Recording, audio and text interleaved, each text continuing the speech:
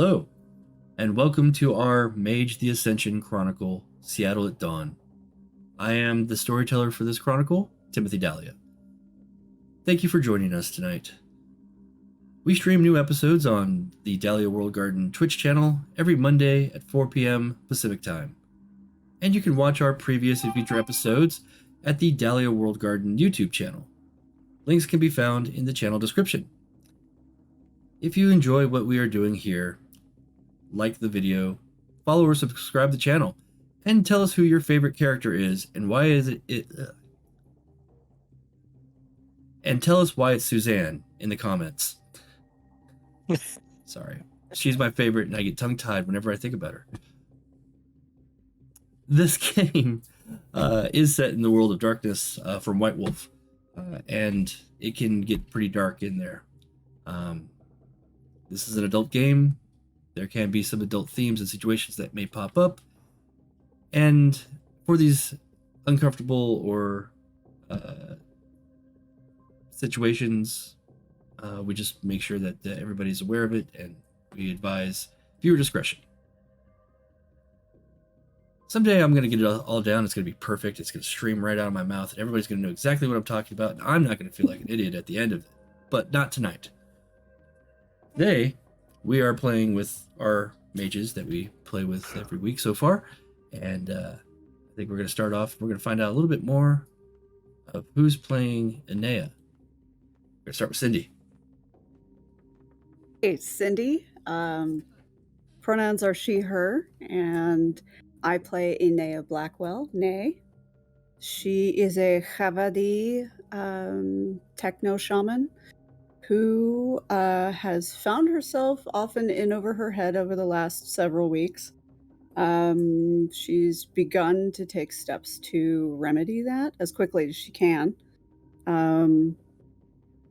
while also keeping herself safe, because you can't take care of other people if you haven't taken care of yourself.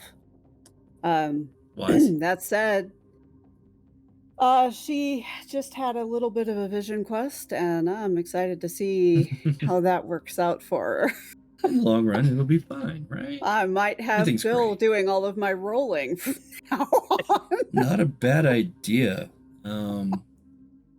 So you're coming from this point of view of like a techno shaman. I was actually just going back over the Dream Speaker Tradition Guide. And it does actually a really, really good job of separating out the idea of the traditional shaman, the urban shaman, and the techno shaman. And I was just going to forward that to you at some point. I just forgot to do it earlier. But that way, I mean, it would help me kind of craft things for you. But, yeah, it'll probably help me delineate it a little better in my head, too. Mm-hmm. Yeah. What it really comes down to is that you got your traditional shamans that are all like, we're keeping the old ways, spirits are the way they are, and we work them with this certain method. Urban shamans are more along the lines of, well, everything's, a spirit. We can, why differentiate? And the techno shamans are a little bit more progressive. They're like, well, yes, everything's a spirit. And these newer ones are spirits as well, and we are doing the same thing that our ancestors did, which is forming pacts with these new spirits.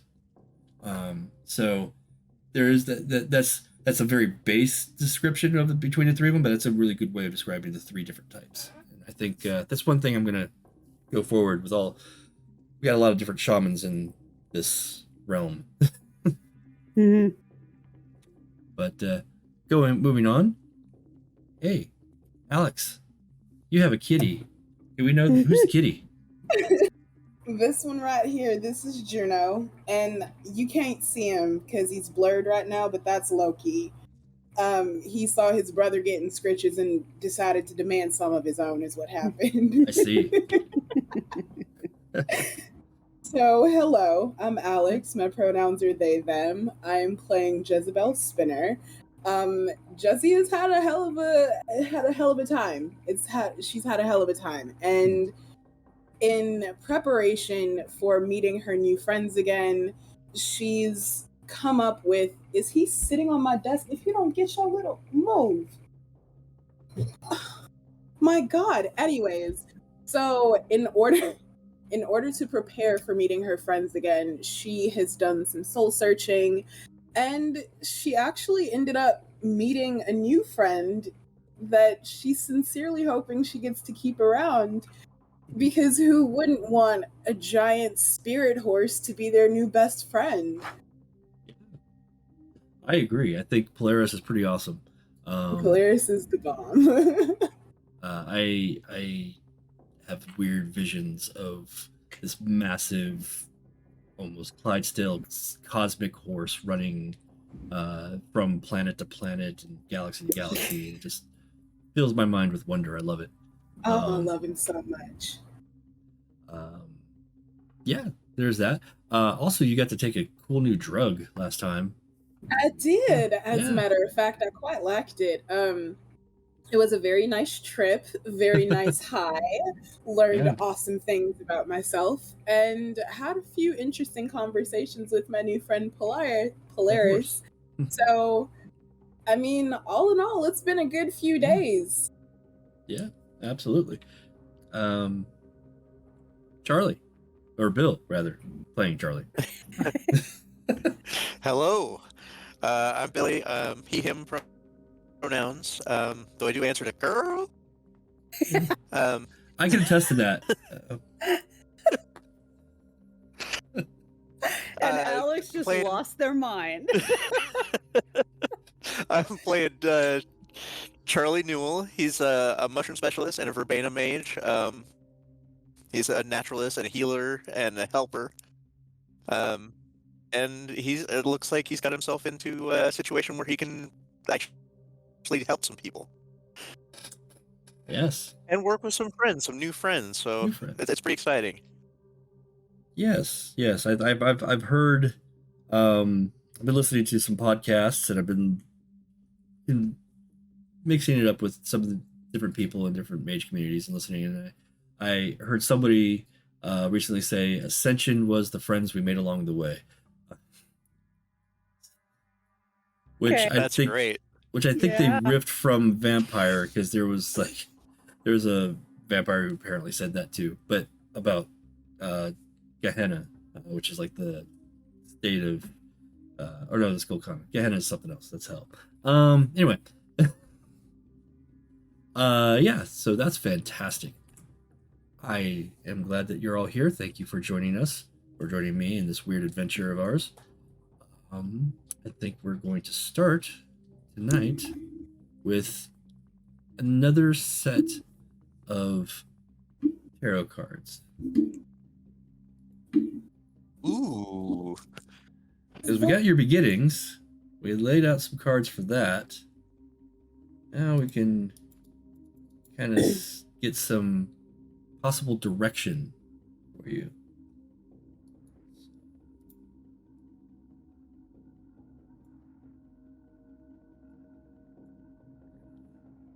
That.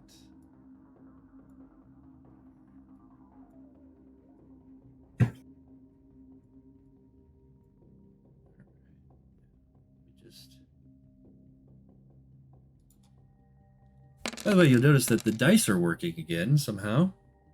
Yay! Yes. So we can finally see.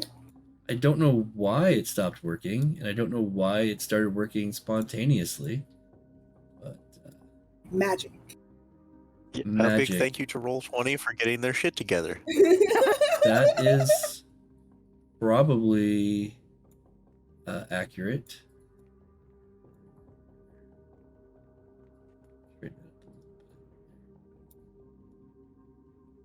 Doesn't have to be perfect, Tim. Just move on. All right. Sometimes you gotta just remind yourself of these things. Yes, I definitely have to do that sometimes. It's a form of All self-care. the time. All right. So the cards are dealt. Who wants to tempt fate first? Well, I love tempting fate. Let's do this. Okay. Alix, you go. Jezebel. Okay. I don't know what that is. Oh, what is with you in the inversion? That's Look, the if reversed. nothing else, I gotta make it spicy. That's a reversed 9 of something. I'm thinking it's the 9 of questing. Yes, it is. Ooh. 9 of Oh questing. my. Okay, reversed. This represents obstacles, adversity, and opposition. Yeah, I think that's probably coming your way. Y'all be dooming our first sure. mission. I can't. Does have an association with the sphere of spirit, which is something that you're starting to delve into a little bit, and is typically associated also with the dream speakers, which is may mean that there might be some static there. We'll see. I don't know. The dream speakers are not monolithic in any Oh gosh, form. no. And there are definitely many splinter groups, not even splinter groups, just groups that never joined the dream speakers that are out there as well, that would have been dream speakers if the traditions had their way. That's old history. Okay. I also like, I think I'm going to adopt as kind of more of a, just my own headcanon here, but when going through the Dream Speakers tradition guide, I mean, yeah, it's from early 2000s, so it's dated, but it definitely went through the idea that the tradition itself doesn't necessarily work as an organization as a, hey, come join us. It's more of a, they go out and they find people that have had spiritual connections and then say, hey, it looks like you are a dream speaker. Sort of like, you know, it's almost like a right or some sort of inheritance that people pick up from like all sorts of places. And the idea that there are some dream speakers that are not from indigenous peoples, but they learned their magics from spirits. They didn't have a mentor. They learned from a spirit. And some people have mentors, but don't have, you know. So it's kind of a, you are one who speaks to spirits is definitely kind of more of a, they don't look at it as like, we're just one big tradition. This is just the category of what we are. So that being set aside, that's a bit of a weird, let's get into the game's lore, but who's next? Who wants to pull a card? I'll go next since you were eyeballing me the whole time. There we go. Oh, what is this? That is the 10 of questing. 10 of questing, yeah. Okay. That has its meanings. Oh, Alix, I think we're in for a bad time. Yep.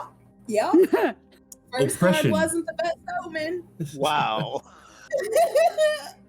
Oppression, burden, trial, ruin, disruptions, all things that you may have to deal with in the future. I think that's what makes great stories.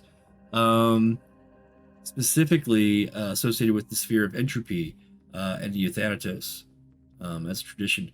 Entropy specifically doesn't necessarily have to mean the breaking down of things. It also plays a bit with probability and fate. So I can see this definitely tying into the themes of fate. And there must always be a trial. Yes.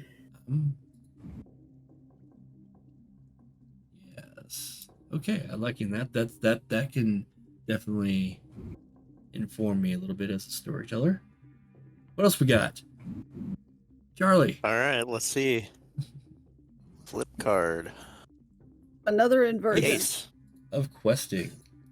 Inversed. Oh, Wow. we're all up in the questing. All the questing. It's questing Yeah. time. Wow. It is time to begin our quest. I think so. I think this might be a message from the universe that you're all playing mages into traditions. This has meanings. Oh, this is reversed. Yeah. Kind of a false start, setbacks, has associations with beginnings and the Alibatin. The Alibatin are a group that was once members of the traditions, but they are now their own independent group. They used to be the tradition that was most associated with correspondence, but they were, after they had left, they left the seat open and has been replaced by the virtual adepts. So those guys. I know somebody who plays an Ali Batin, and she is awesome. Are they in our game? She's been in the game. So excited to know this person. You don't know who this is. No, not at all. No, she's awesome though, and she does enjoy the subtle magics of the Ali Batin. That's their entire thing. They want to be subtle. They're also known as the subtle ones. So, but as it relates to this, there might be some setbacks coming your way. None of this is all that surprising, Yikes. I don't think. It's not the setbacks I'm worried about, darling. It's the oppression. Yeah, none of these That cards tender quest is seemed looking like mighty it seems like silent. we're headed for conflict. Oh yeah, we're walking I don't into I don't some think trouble. we were to be surprised, but it looks like the cards are. Yeah, it's dark. It's dark. I mean, I don't really know how prepared I am, but I'm hoping that I'm more prepared than I was when we first walked into this. Yeah, I can agree with that. I think you are. I think your recent experiences have each encouraged you to be a little more precautious in your dealings in the Seattle area. Okay, well then, that out of the way, with that fueling my imagination. See how this goes. So this is what scares me about these cards, is that they give the storyteller ideas. That's the thing never a excites good me. thing. That's the thing that excites me, because I'm always like, it's gonna be some shenanigans. It's gonna be some shenanigans. I'm here for Talking about.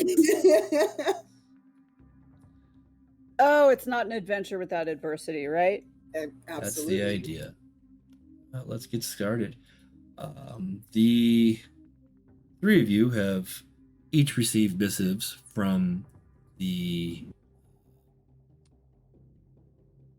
I'm not sure. I don't. They don't have an official title, but it's well, it's from Malcolm and his associates. Historically, we can go into this, but the Ascension War has gone cold. Both the Mystics and the Technocrats have avoided open conflict for nearly 20 years, and of course there have been flare-ups and cover-ups, and but no real progress has ever been made towards either faction's goals. As members of one of the Mystic traditions, you know this, but none of you have been Ascension warriors. That was before your time. Each of you have different aspirations, come from different traditions, and yet each of you have reached a similar sense of purpose. To that end, you have been brought together by this well-connected mage, Malcolm, and he has requested a meeting with the three of you. That meeting is to be held at the Splintered Wand. And I believe that's a good place to start.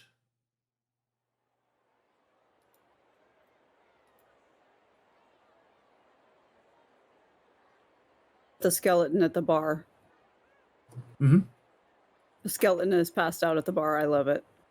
That skeleton is a mood, bro. These are actual pictures from the actual Splintered Wand. I have got to go there. My God. Yeah, for sure. Good luck. Here in the Muggle world, if you will, it's like 3+ month waiting list. Jeepers, what the Wow. cheese? What, you know what? All that tells me is that I need to prepare for my birthday extra hard. Was thinking the same thing myself, but then I realized that they didn't have any reservations because my birthday is in January. Anyway, Oh, poop. Oh, no worries. next year. Next year. Hopefully so. So, the three of you find your way on the street, walking through Ballard towards this rather unassuming brick building. It used to be a fire station, sure, but it's definitely a unique building, not square. And above it, a large yeah. sign that does state the Splintered Wand.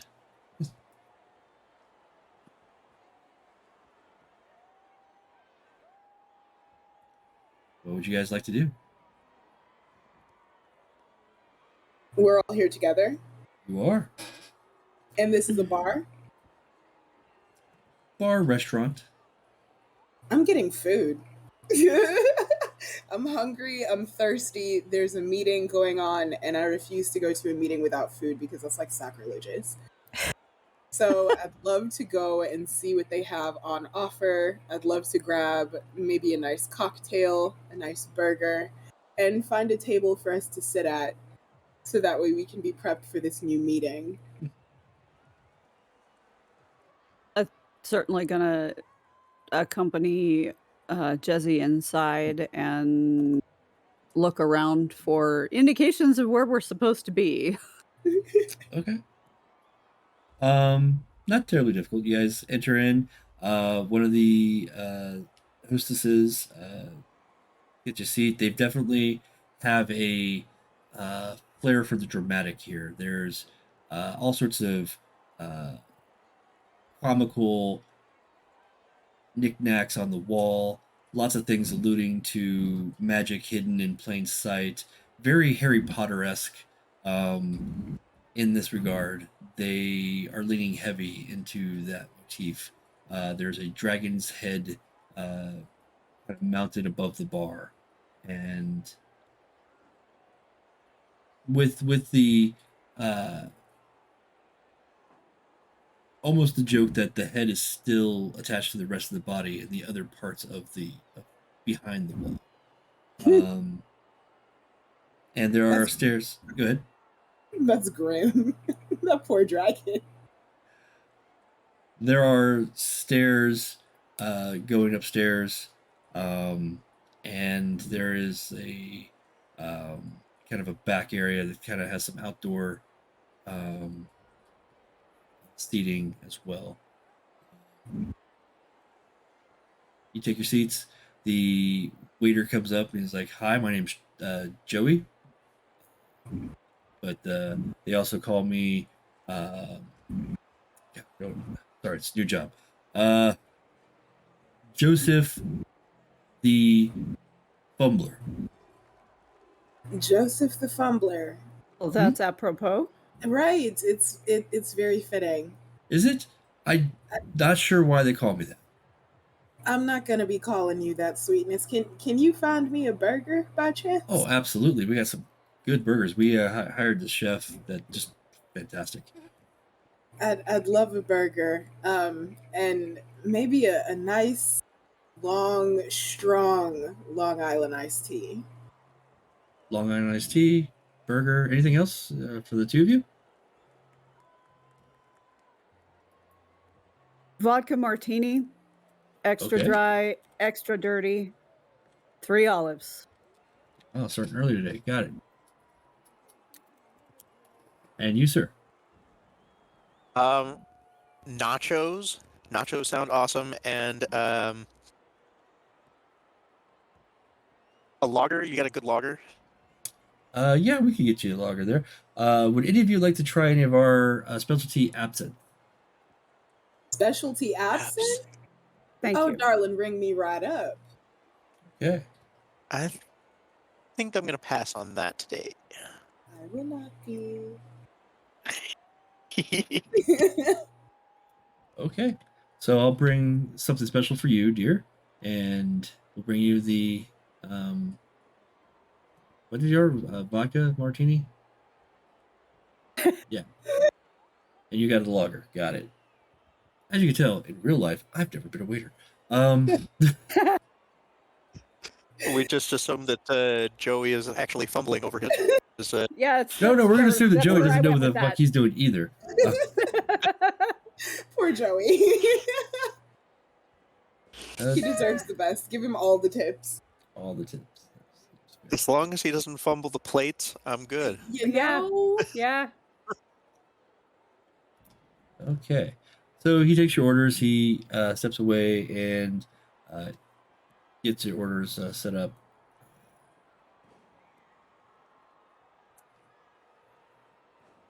And the table is yours at the moment. What would you like to do?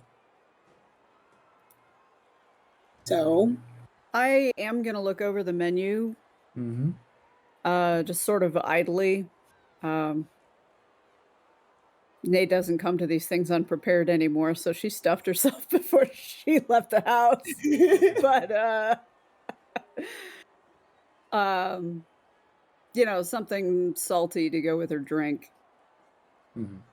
This is what she's looking for. But anyway, meanwhile, she's also kind of glancing around, as unobtrusively as possible, looking for familiar faces or people who seem a little bit too interested. She's a little paranoid. Yeah. And you're in a strange place. Yeah. I mean, above you is hanging this weird, almost like this whale type sea creature, but the skeleton of it hung up by different hooks, and all the lighting is kind of this orange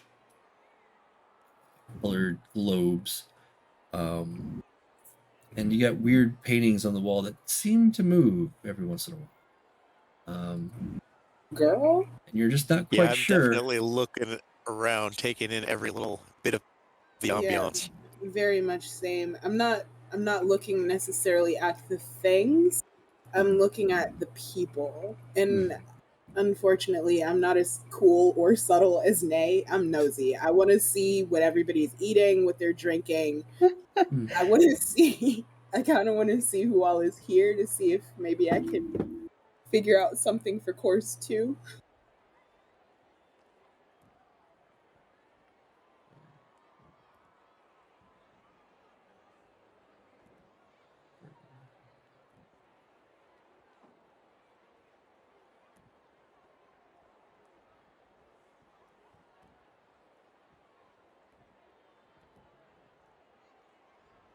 Okay. Do they have stuffed mushrooms on that menu? I bet you they can find some. That'd be good. I haven't had stuffed mushrooms in a long time. Flip through and see if I can find some. There's something particularly poetic about Charlie looking for stuffed mushrooms. For stuffed That mushrooms. it warms the cockles of my soul. I love Weird that you haven't had them in a long time. Anyway. He doesn't wait to saute and stuff. He just I'm gonna chops them. say maybe, but actually take the time to like stuff them and put stuff in it. That's a restaurant kind of thing. I'm not doing Yeah. myself. Yeah, you kind of want I'm not a chef. leave that to the restaurants. Gotcha. All right. So you guys are enjoying your time. You're taking a look at the people. There's not a whole lot of people in here. It's kind of mid-afternoon. Not a whole lot of bustle going on at this time. A couple people at the bar. Some one other party at another table, several tables away from you. Not a hard day for Joey. That's probably just as well. Probably not. I'm just gonna go with the headcanon that it's poor Jimmy. It's poor Joey's first week, and he's doing his best. Okay. He's doing his best as some sort of acolyte for whoever runs this place, right? We've all had to do that. We've all been the Joseph- new guy.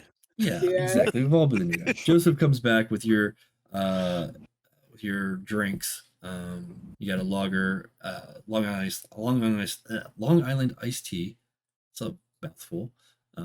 Yes. They are delicious though. And the martini. Also sets aside a special absinthe glass that has the accoutrement with it, where you've got the spoon and the sugar and the Oh, it's a whole ceremony. yes. Oh well, I like that just fine. And that's all been set aside, ready for you. Whenever you decide that you want to partake. And he's like, okay, here you guys go. Did you guys need any waters or any breadsticks? Y'all Yeah. have bread here? I'm sorry, we call them bread wands, and we'll bring them out for Bread you. That's wands. cringe. Not Yeah. bread balls. Bread ones. Still I getting could used to use a glass of water also, and maybe some of these seasoned fries. Seasoned fries? I'll Yeah, Absolutely. if you've got some stuffed mushrooms, I will take an order of stuffed mushrooms. Along with the nachos? Yes. Okay, Yes. I will do that. I'll definitely grab a glass of water, and Water. you know what? Fuck it. Bring some dough wands or bread wands. Wands work just wonderfully for me. No worries. We can take care of you there. He heads off. Another couple of minutes go by. Relatively standard, normal atmosphere going on here. There is one group at the other table. They actually get up and venture to the upstairs. Not sure what goes on up there, but a few minutes go by. Your food comes. Joseph lays everything out, asks if there's anything else that he could grab for you. I think we're good now. Yeah, we're good. We are supposed to be meeting somebody here. Not sure if they're coming together or separately. But Malcolm or Mark, if Okay, I'll keep an eye out for him for you. thank you. Yeah, sure. And he leaves you to your meal. The bread wands are really thin breadsticks with a nice crispy outside. Just baked, so they're still a little doughy on the inside, but not too much, because it's, again, they're so thin that you tend to get like all crust almost all the way through. And they come in weird elongated shapes. Yeah, I now want a character that has bread wand foci. Red wand foci. Sure. I don't think that's gonna work, but food. But you could do food as an instrument. Food as an instrument, so you can do that. Hmm. The as you are finishing your meal, you hear the door open from the front, and through his doors you see three men walk through. A gentleman with white hair, kind of tattoos along his neck, and another gentleman in a very nice burgundy suit, dark complexion, black skin, hair, in neatly organized and shaped, and then following them, a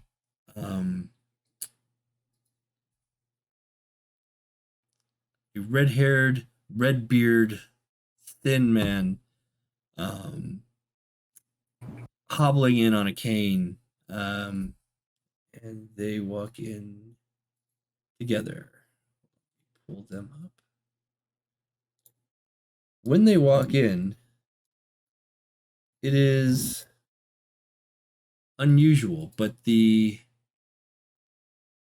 gentleman at the bar gets up and he walks out of the room, as does Joseph the Fumbler and the party that was upstairs. They all seem to vacate the building. That's not creepy. Not even a little bit. And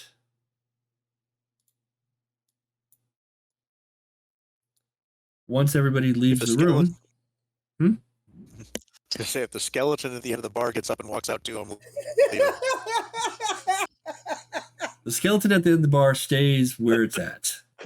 God, if it moved, I would have had to leave the room. Yeah, I'm No. not staying. Nope, there is a necromancer happening here, and I'm out.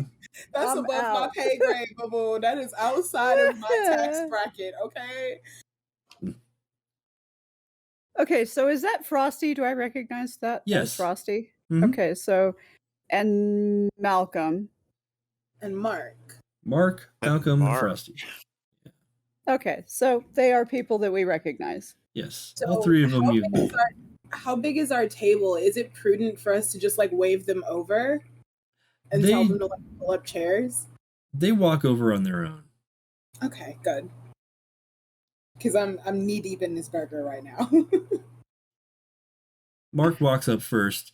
Actually, yeah, Mark walks up first. Malcolm stays where he's at, and Frosty stays nearby Malcolm. Mark comes up to you first, and good afternoon.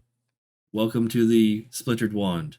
I hope the nachos went down well. Yes, they were tremendous. It's good to see you again, Mark. It's good to see you too. Charlie, right? Yes. It's nice to see you again. What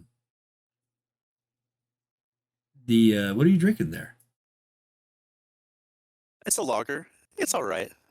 Is it? Yeah, I'm not really into the lagers here, but I will definitely stand by the absinthe. That is good. Hello, Jezebel, Miss Spinner. Hi. Good to see you again. Likewise. I suppose. Speaking of absinthe, sir. Yes.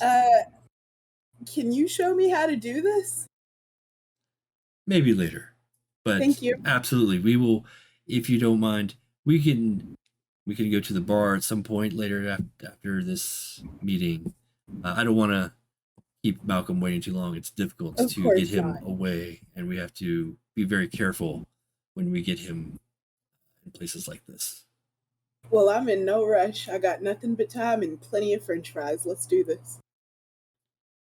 Excellent. Nice to see you again, Mark.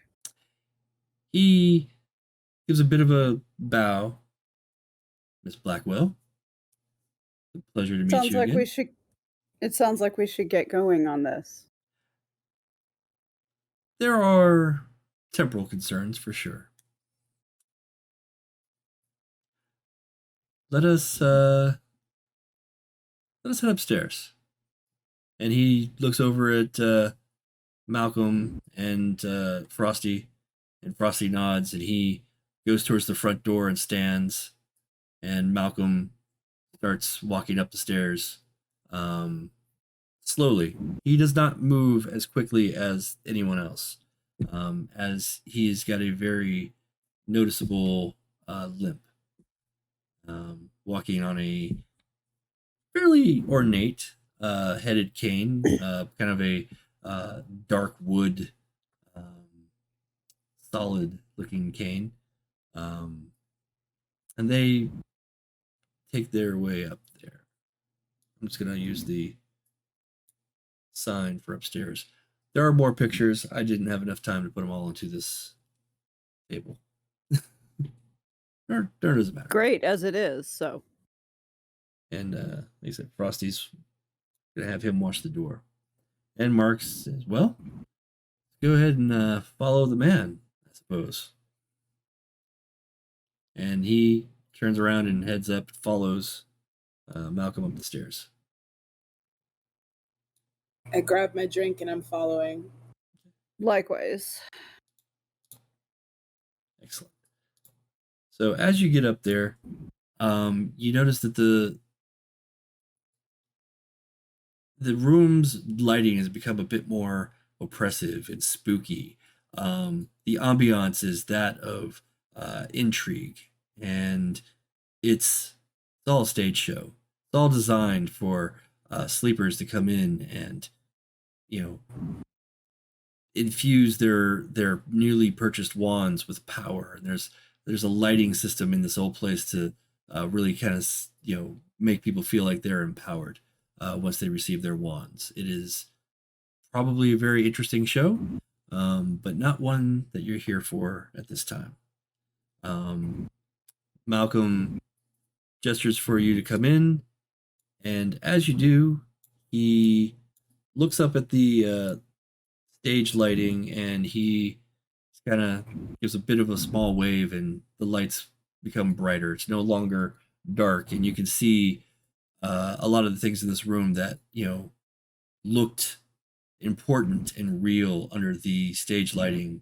Under this more intense actual lighting, seems kind of goofy and fake. The magic is all an illusion in this room.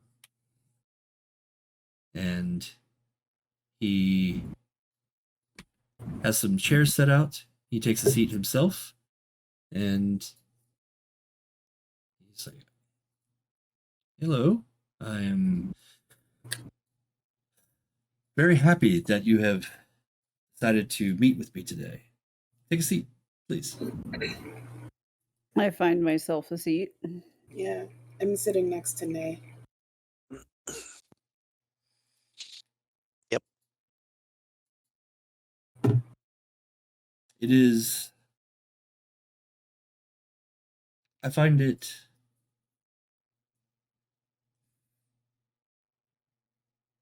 Let me just say thank you again. Yeah, you guys had a very trying time a few weeks ago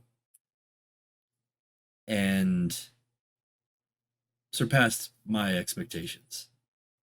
Thank you for proving that there is still some spark left in our kind. You're gonna have to run that back for me, sweetness. You said we exceeded your expectations? Yes. You were watching? Oh, yes. Did you orchestrate this? Oh, no. I should hope not.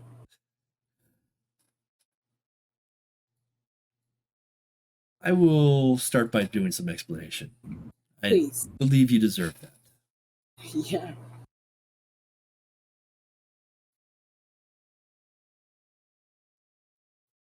A long time ago, I was much more impulsive than I am now.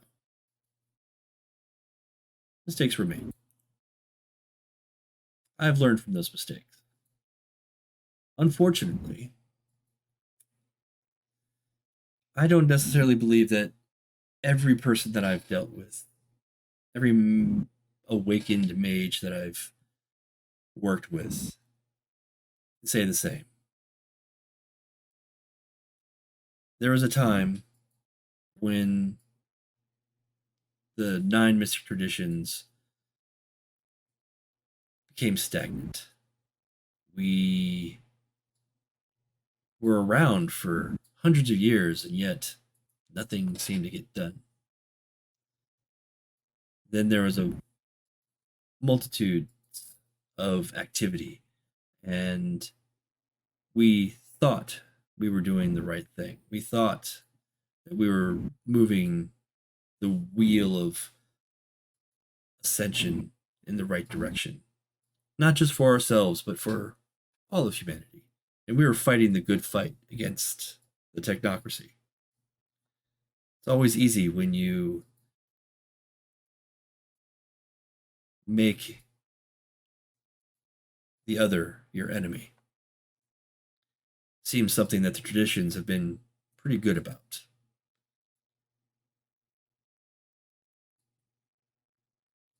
At some point, and you've probably heard this from your own mentors. We lost our masters. I lost my master. And the traditions, along with the technocracy, were brought down a peg or two. This led many of us to wander and question and reevaluate what it meant to ascend. It meant a lot of soul searching for all of us. I decided that I was going to go with a more enlightened approach to my relationships. I felt that the mass ascension of humanity, the unity that the traditions spoke so highly of, was not going to happen without diversity. That we needed to be more open to one another and to different ideas.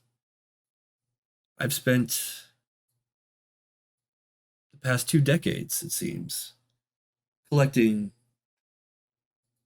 other awakened individuals that are not like myself. I've even collected some awakened individuals who are unlike any mage you've ever met.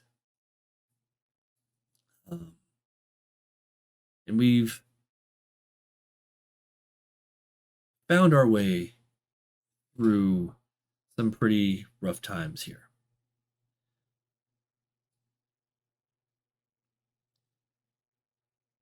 The New Horizon Council,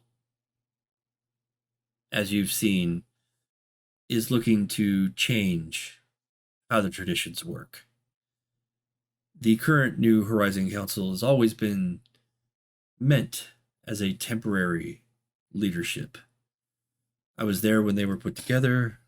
It was strange. They changed quite a bit of our normal practices. We started seating council members based on their tradition instead of their mastery of a single sphere of magic, which made political sense. Maybe not universal sense, but political sense. They've spent cycles working on a new way of governing, and I don't necessarily agree with them. Though I am one of the prospective council members, I don't necessarily believe that the traditional 9 council members and 9 traditions and 9 spheres of magic, it all seems the same.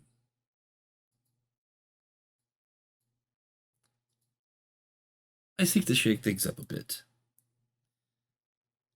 I think you noticed that you were uncomfortable with some of the ideas that they were presenting at the Theater of the Mind. Yeah, they sound like politicians. Legitimate politicians. Like, they sound like they're lying every time they talk. And anytime anybody starts talking about a registry of anything, it's too much power collected in the hands of a small group of individuals, knowledge that can be used against the people that were just following the rules. It's giving oligarchy, and I don't like it. It stinks a little bit. It stinks.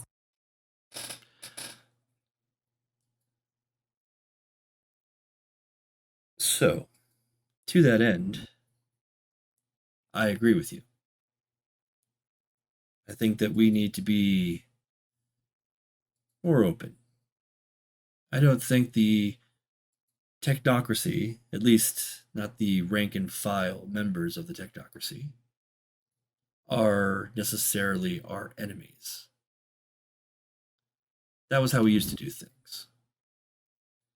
I also suspect that the technocracy is not the only thing that we need to be concerned with. There are some on the council today that are still bitter about how things ended. And there are some in the council that are still clinging to these older ideas. And yes, it is not ironic because they are the quote-unquote traditions. They tend to have a mindset of doing things the way they've always been done. And any change is to be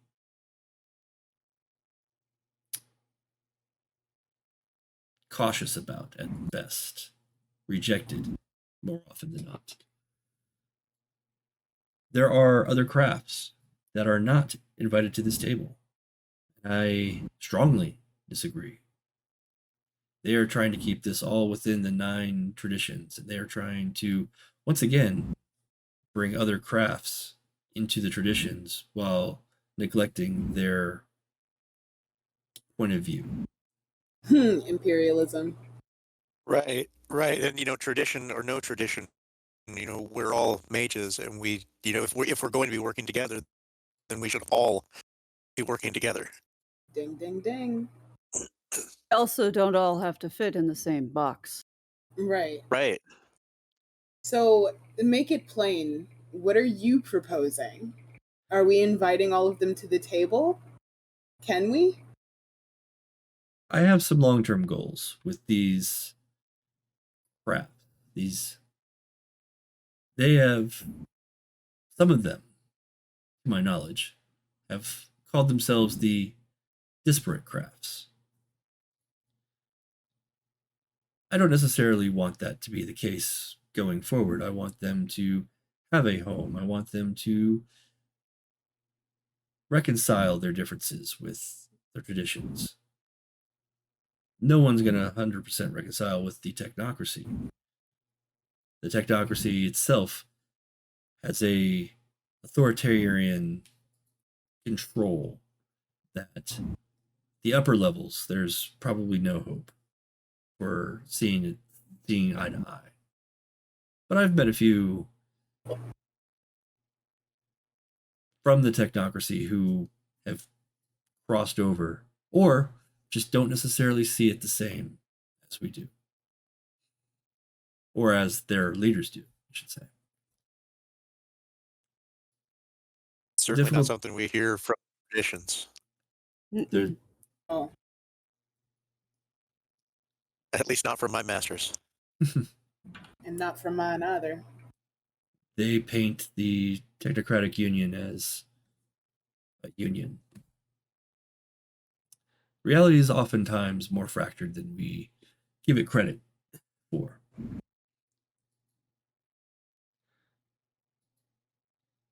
Now, you're probably wondering why you. That was literally my next question. Like, what do you want us to do? I'm a farmer. You're a farmer. You're also a very talented member of the Sahajiya. Yes. I've had my dealings with some.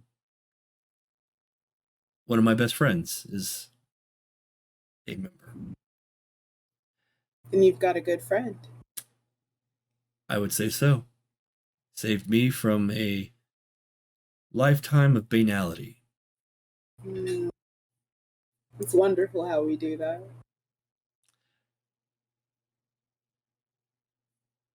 And through his connections, and I'd say, not too surprising, you can say your Aunt Mabel. You know Aunt Mabel. I'm Malcolm the Maelstrom Matthews. Sweetie, that means nothing to me. There are not many tradition mages of your aunt's capability that have not at least heard of me. I mean, she is pretty incredible. You won't hear any disagreements from me. She is fantastic. I, of course, only know of her through my friend, but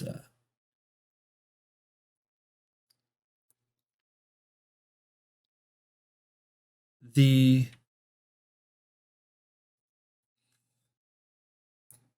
connections that I've made have each led me to you.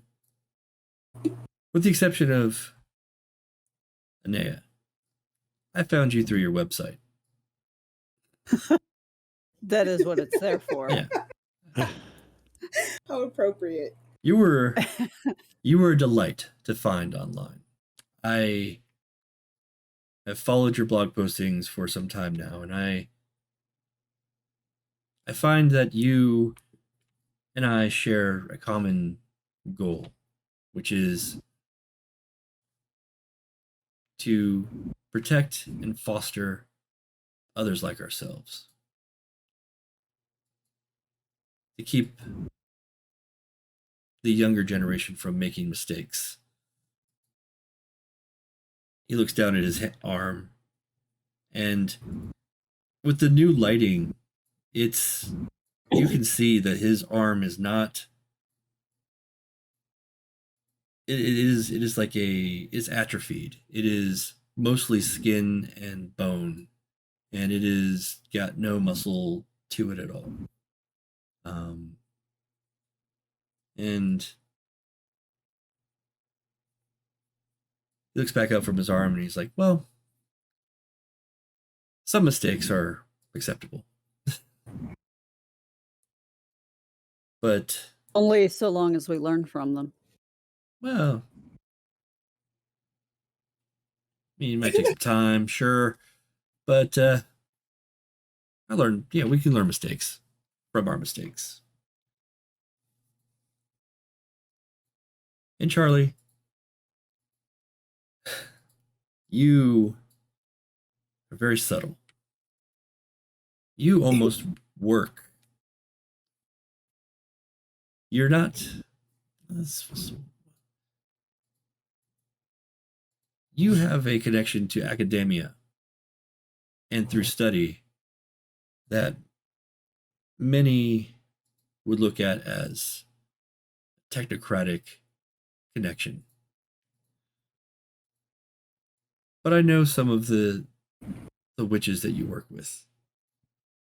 Believe it or not, I actually get along with the Verbena very well.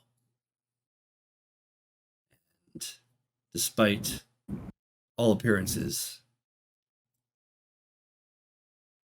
I am not your very typical hermetic. You're hermetic. Yeah, I can see that. You don't sound like any hermetic that I've ever encountered. You're definitely the best dressed. Then you do sound like someone that would fit in well in my circles.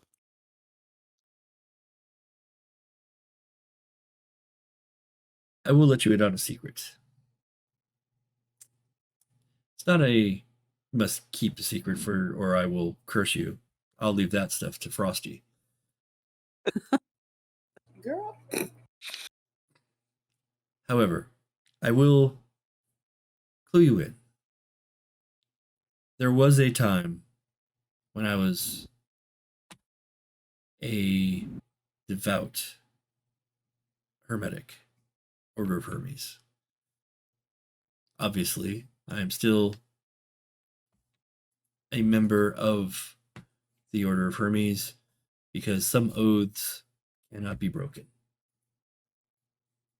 But there was a time when I thought those oaths could be bent. And I spent many years learning under Verbena master. So probably not a secret from everybody out there, but it's not one that currently needs to be spoken out loud. Many of the Order would see that as a shameful act. But I learned a lot.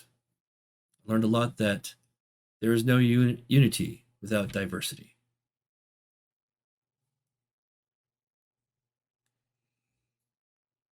You know something?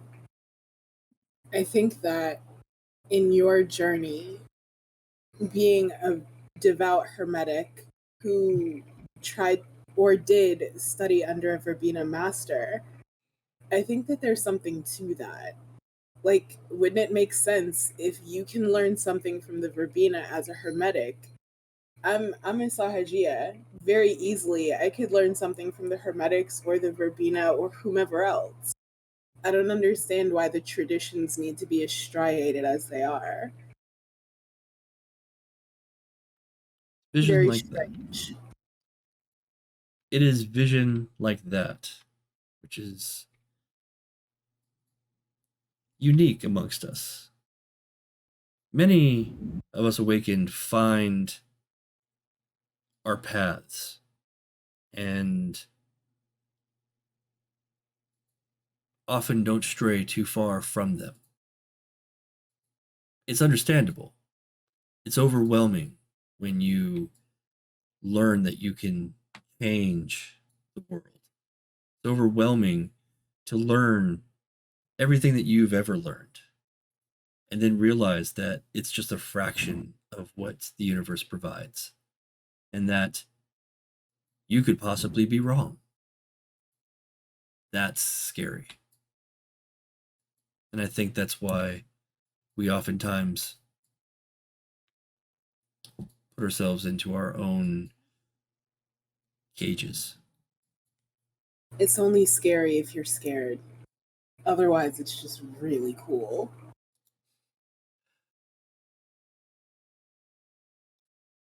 There was about just over 10 years ago when things got pretty heavy for the traditions and the technocracy. There was a schism amongst all of us. One of the things that brought us back together, and I'm sad to say that some of this has been forgotten, is that the idea that we do not create the path to ascension, but we explore it.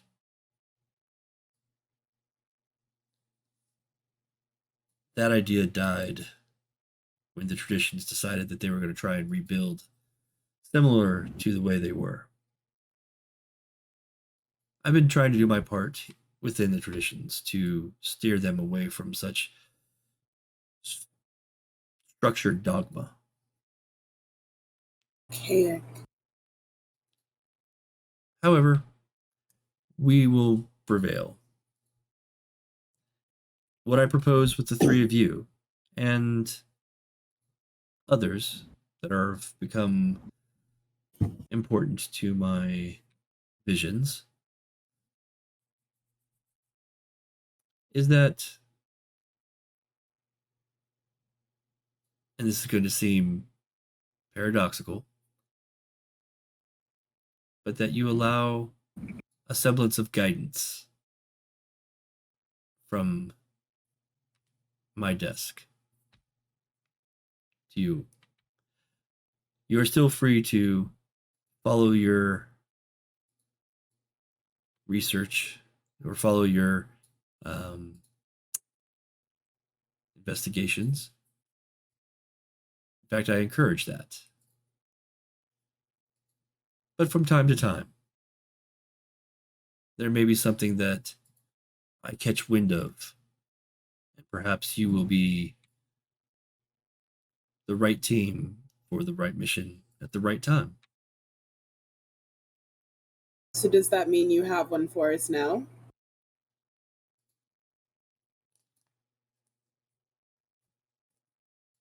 I could.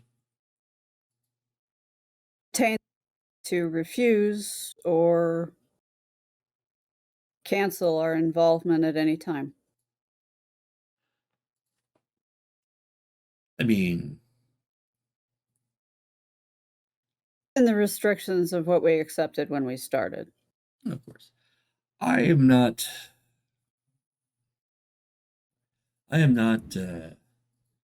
fond of forcing anything upon anyone. So Fine. no gaius here, no oaths. We may cast upon you a symbol to mark you as heralds of our secret. You know what? I kind of like that. Secret chantry. I'm going to pick that. We're going to call ourselves the Secret Chantry. I know. It's kind of. Maybe I'll find another one. Started Dragon Age. This is perfect. Oh my god. Our hidden chantry here.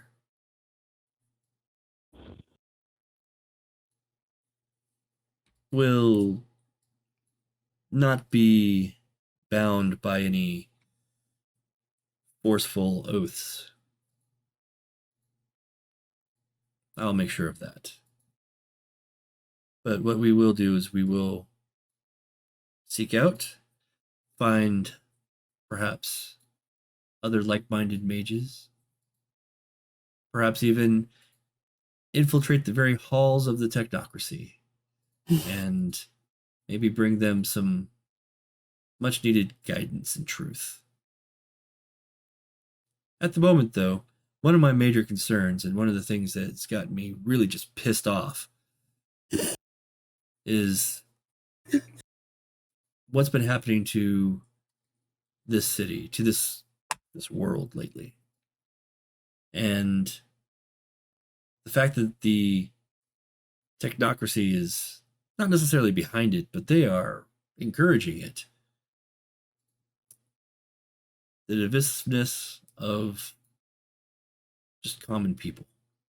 The sleepers are being misled into some manipulated.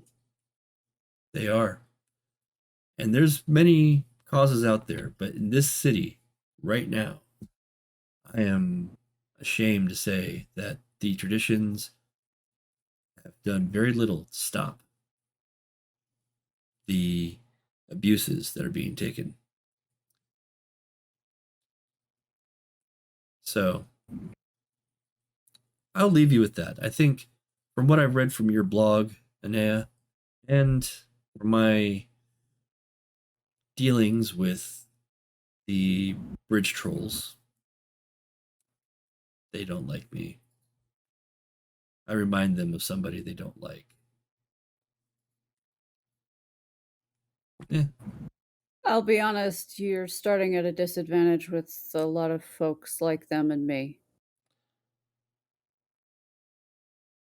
Yes.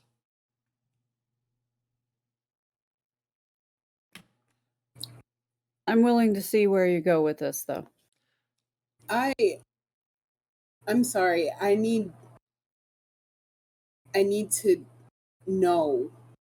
Mm-hmm.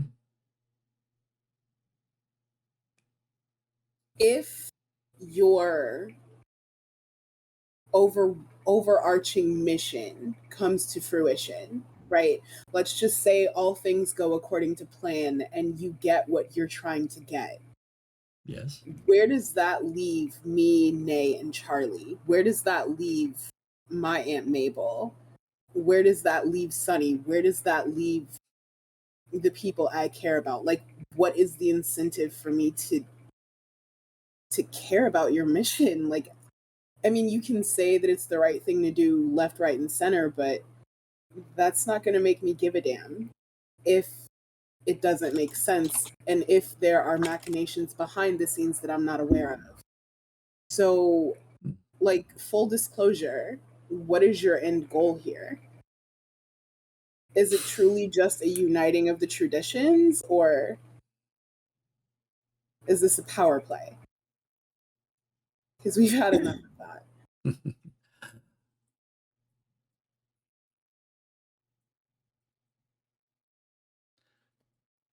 At one time, yes, this would have been a power play.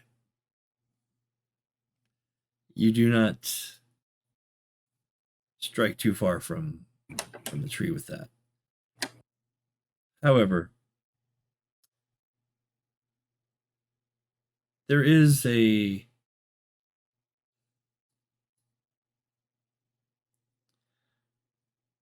level of enlightenment that one does reach when they consider power and when they can do things like level a city with a thought.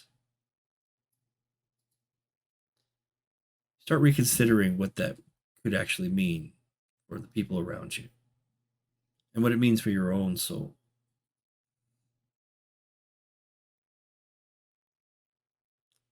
Well, I don't want any cities leveled that I'm still living in, so. Me neither. My goals is to give freedom. There's a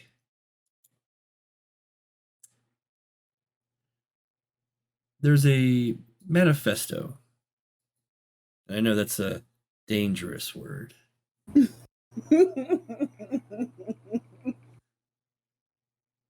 But I have it committed to memory. I've said a few of the lines here, but I'll read you the first bit, and this is part of my purpose. That there is no unity without diversity. There is no ascension without freedom. No enemy except for ascension's enemy, tyranny.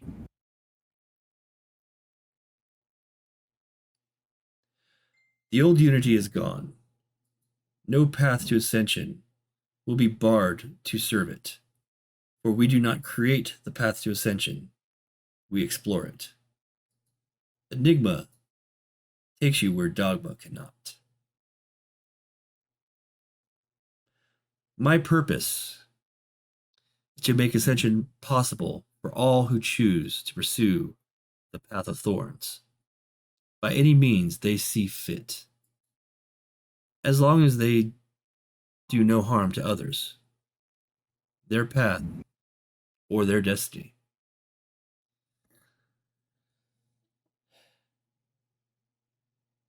Sure, a bit wordy, but that's where I stand. I like where you stand.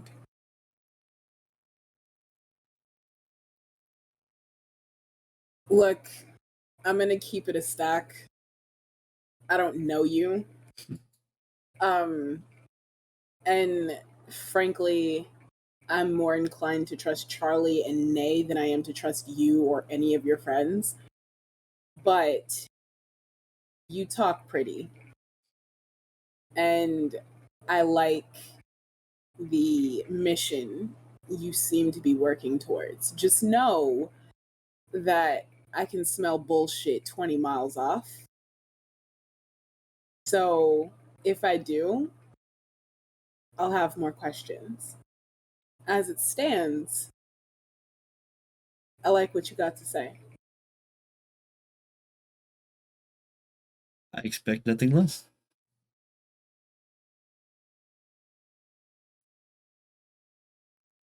I'm still willing to see where this goes.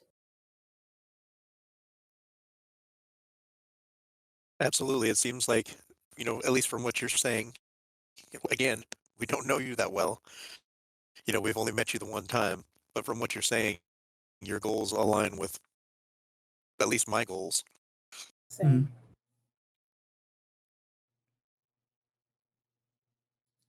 When you get to a position of power as I have, you oftentimes walk into scenarios that you already know the outcome of. The three of you will very likely leave this meeting each considering me to be a manipulative bastard. Isn't everyone in a position of power a manipulative bastard? Because that's what I was thinking. But I don't know. I understand that perspective. I will also point out that every act of will either of you have ever done is a manipulation. Mm-hmm. It is the nature of what we are. That's not to diminish who you are, No, it's to tell the truth. but it is hopefully a bridge to understanding. This path to ascension, you say that we're not meant to create, but explore. I'm willing to explore.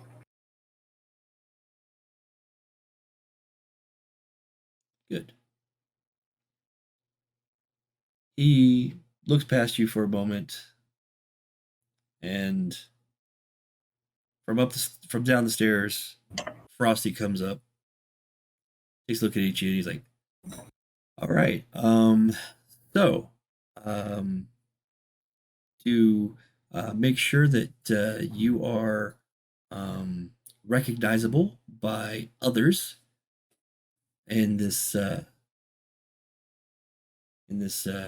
what were you calling it? The secret society or something like that. I think I'm gonna call it the hidden chantry. I'm not sure. Hidden chantry, sure, that works too. Whatever. We've we had a bit of a small ritual here. Don't worry, we're not gonna like cut you open or anything weird like that. I should hope not. But there's gonna be a bit of a fate mark that we're gonna place upon each of you, if that's okay. Like a tattoo? Kind of like a mystical tattoo. Yeah, it's kind of You know what? That's exactly what it is. Perfect. Ink me up. Let's go. Oh, okay. Well, it's not going to be visible, so you're not going to see it. But if you don't mind, I just need to do a small little thing for each of you whenever you're ready. How permanent is this? He looks back at Malcolm. He's like, "How permanent do you want to make this?" Malcolm's like, "It's simply a marker. It just says that you are a part of this. If you are, if you're, yeah, I think ultimately, if you decide to not be a part of this, it will go away. It will have there will be a mind effect. You can do that, right? Like, well, I mean, you showed me how, so yes.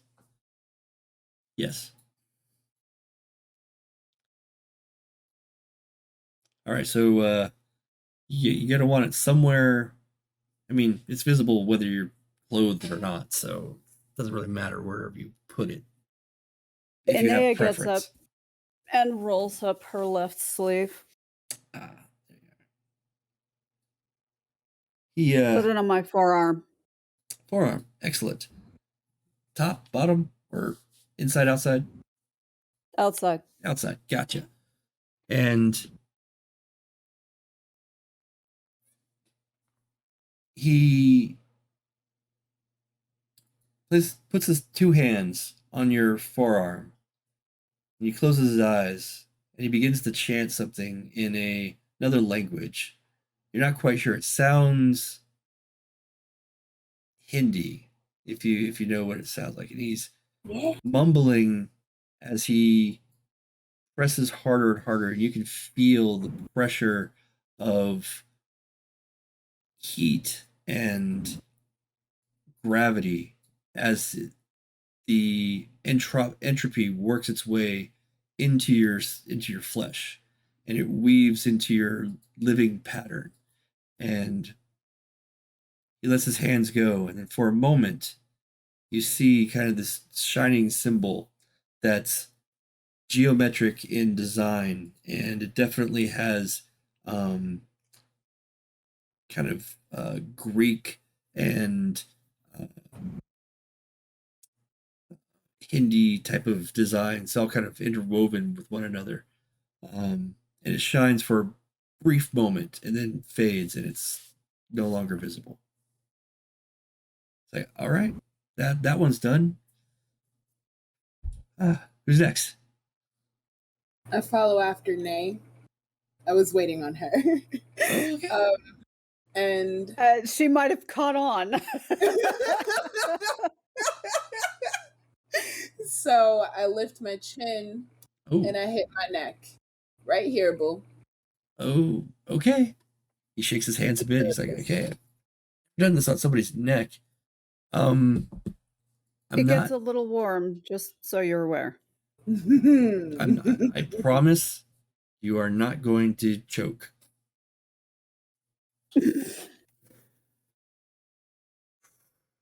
Okay. And he wraps his hands around your throat. And Nate is watching him very closely. I'm living my best Sahajiya life right now. Here's all three of you. You get a very...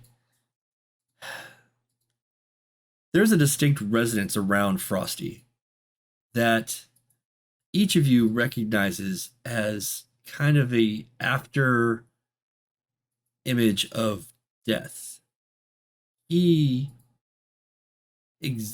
a part of him that exudes death. You would recognize it. You would have been taught that this is the resonance of Jor, and typical of Euthanatos mages. So you are literally putting your hands or your life in the hands of a death mage. Wait, didn't we just talk about there being a necromancer in the house if that skeleton got up? Yeah. What the heck did we just talk about?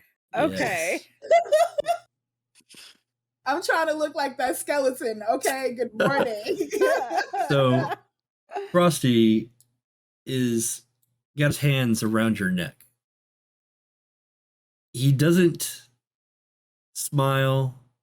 In fact, any of the jovialness of him has faded as he closes his eyes and concentrates on the casting of this fate-bound spell. And you feel the pressure tighten around your throat. It's not cutting off your air, but it's close.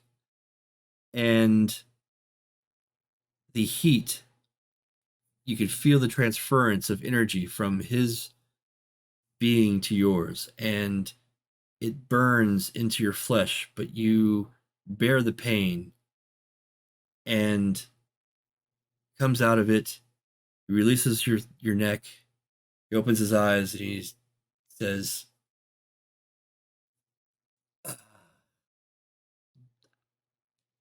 good job. I'll try that again sometime, Frosty. I liked that. That was fun. Yeah. He looks back at Malcolm. He's like, did I do it? Okay. Mark's just... Frosty's not used to people trusting him. Malcolm, what the fuck have you brought into this? Nothing too serious. Yeah. Just, just a little neck tattoo action, That's fantastic. Each of you, well, that'll be a different thing. Then he looks at Charlie. He's like, Charlie, where do you want it? I would like mine on the back of my right calf. Back of the calf. So I roll up my pant leg. Okay. Yeah. All right. Let's see. So yeah, it doesn't matter. So he gets down. He's down on his knees. And he's looking up. He's all right.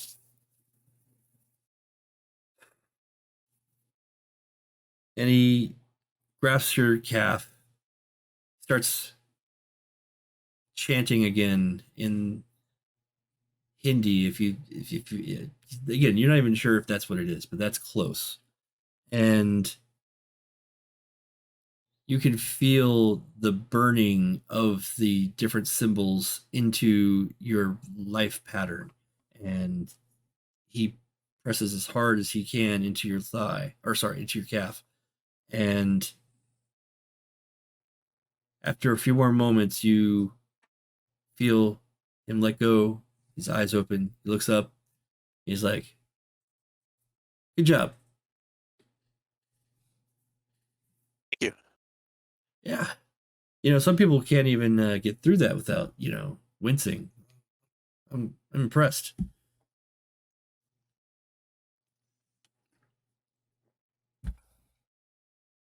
Thanks. Cool. So boss,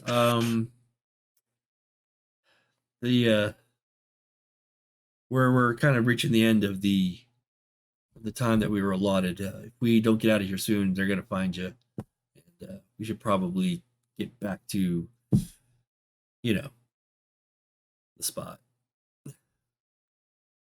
And Okay. Malcolm looks back and is like, "So, okay, well, I'll meet you back downstairs there, Frosty. Thanks." Frosty heads back downstairs and kind of gives a bit of a wave to Jezzy as he walks out. Bye. And Malcolm looks at Mark like, "So I think we've done what we needed to do here. You, I believe, have enough information to continue with your pursuit of some of the seedier elements of Seattle. I will, of course, be reachable through many means, but Mark can typically be the best way of reaching me. So I'll give you his information, or he'll give you his information.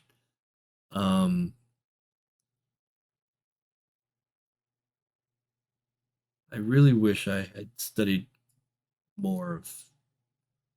I can't be in two places at once yet, and I really want to be." He said yet. Gracious. Oh. Correspondence on deck. Alas, I was better with fire, so. Say you. Anyway, it was a delight. I hope that you got to enjoy one of our delightful meals that they provide here. This is. Oh yeah, they're tasty. This is a safe haven for mages. You may not have known of it, but now you do. It's the leaky cauldron. I don't get that reference. It's okay. It's okay. You're not missing It's much, honey. not at It's all. fine. You're Yeah. not missing anything. I promise. Because I mean, why would you want a leaky cauldron?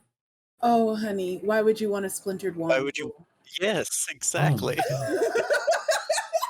I just. Shit. I'll have to talk. We'll have to work.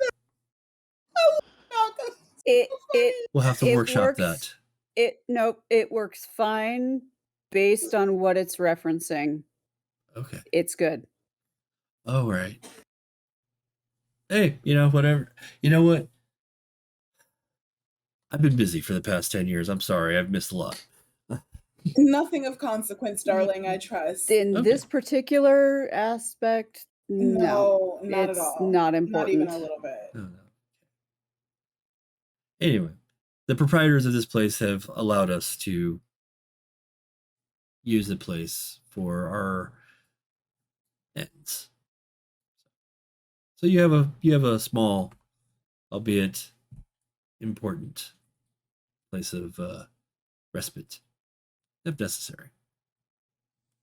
Okay. Is there any questions before I go? I may not be Yes. around for much longer. What do you mean for much longer? Are you sick? Do you No, need chicken no, soup? no. There are times when being on this side of the gauntlet is difficult.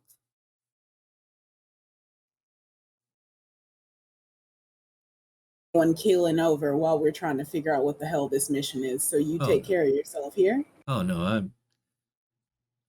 I am an adept in the sphere of life. Trust me, I'm fine. I do have another question.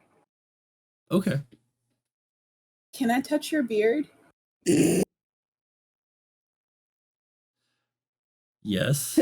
Nate just cracks a grin. Thank you. So I just kind of go and Jesse. I just want to pet his beard just a little. He leans forward and he offers his big, bushy, but well-groomed beard. I strokes the beard. I love a nice beard. Thank you so much for indulging me. I appreciate it. Mark looks down at the two of you and he looks over at Malcolm and he's like, she's going to be able to smell that, you know. And Malcolm just is like, yes, but you're the witness here, so you know that nothing weird happened. And Mark just looks back and is like, if you say so, boss. Malcolm got a lady at the house. She checking phones and beard hairs, okay? My good sis says she's leaving nothing to chance. Malcolm stands, grips his cane, and tests his weight. Habit of years of just knowing that he can't walk like he used to. And waves to each of you. Like, well, I'm gonna get out of here. I've got my escort out. Mark, you finish up around here. I will trust to hear from you soon. Mark kind of gives a bit of a nod and lets Malcolm descend the stairs under his own power. And he's out of there.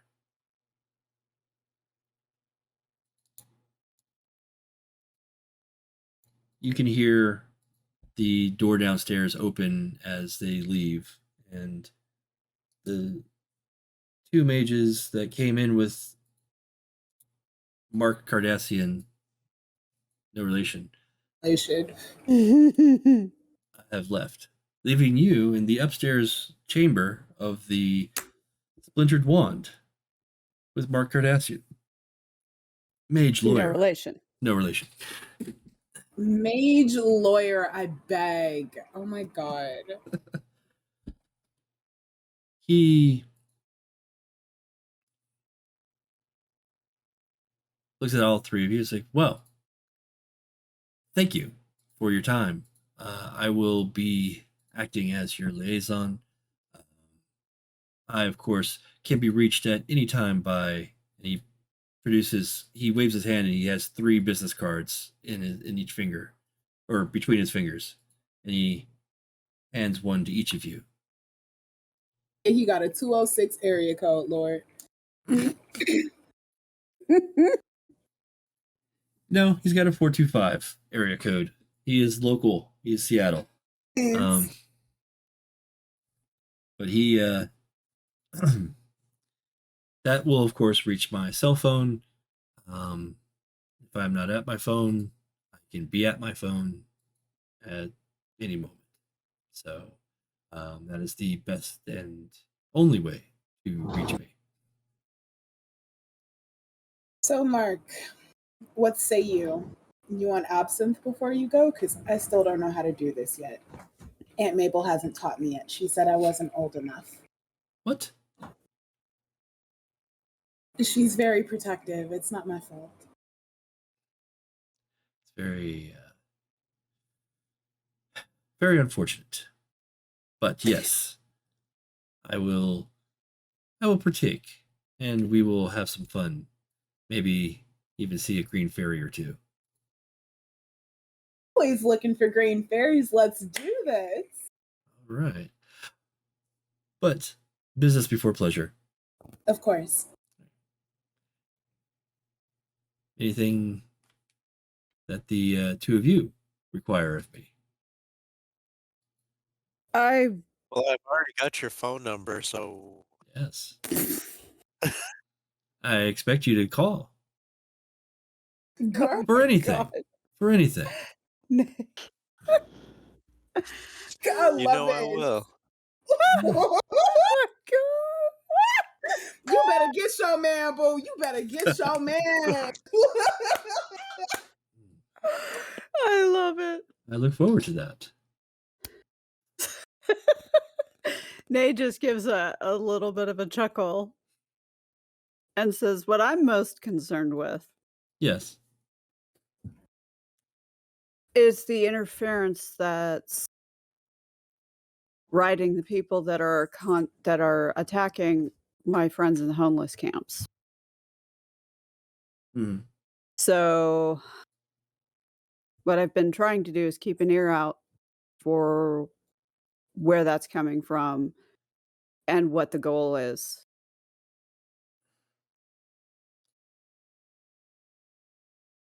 Yes, that is a concern. I've spoken to Malcolm about this, and none of our reliable contacts, have been able to really pin this down. You have had the most success with it, with your interactions from August to just the other night. Your connections make you uniquely qualified for this. Yeah, that's what I was afraid of. Because if I know the most of what we know, we don't know enough.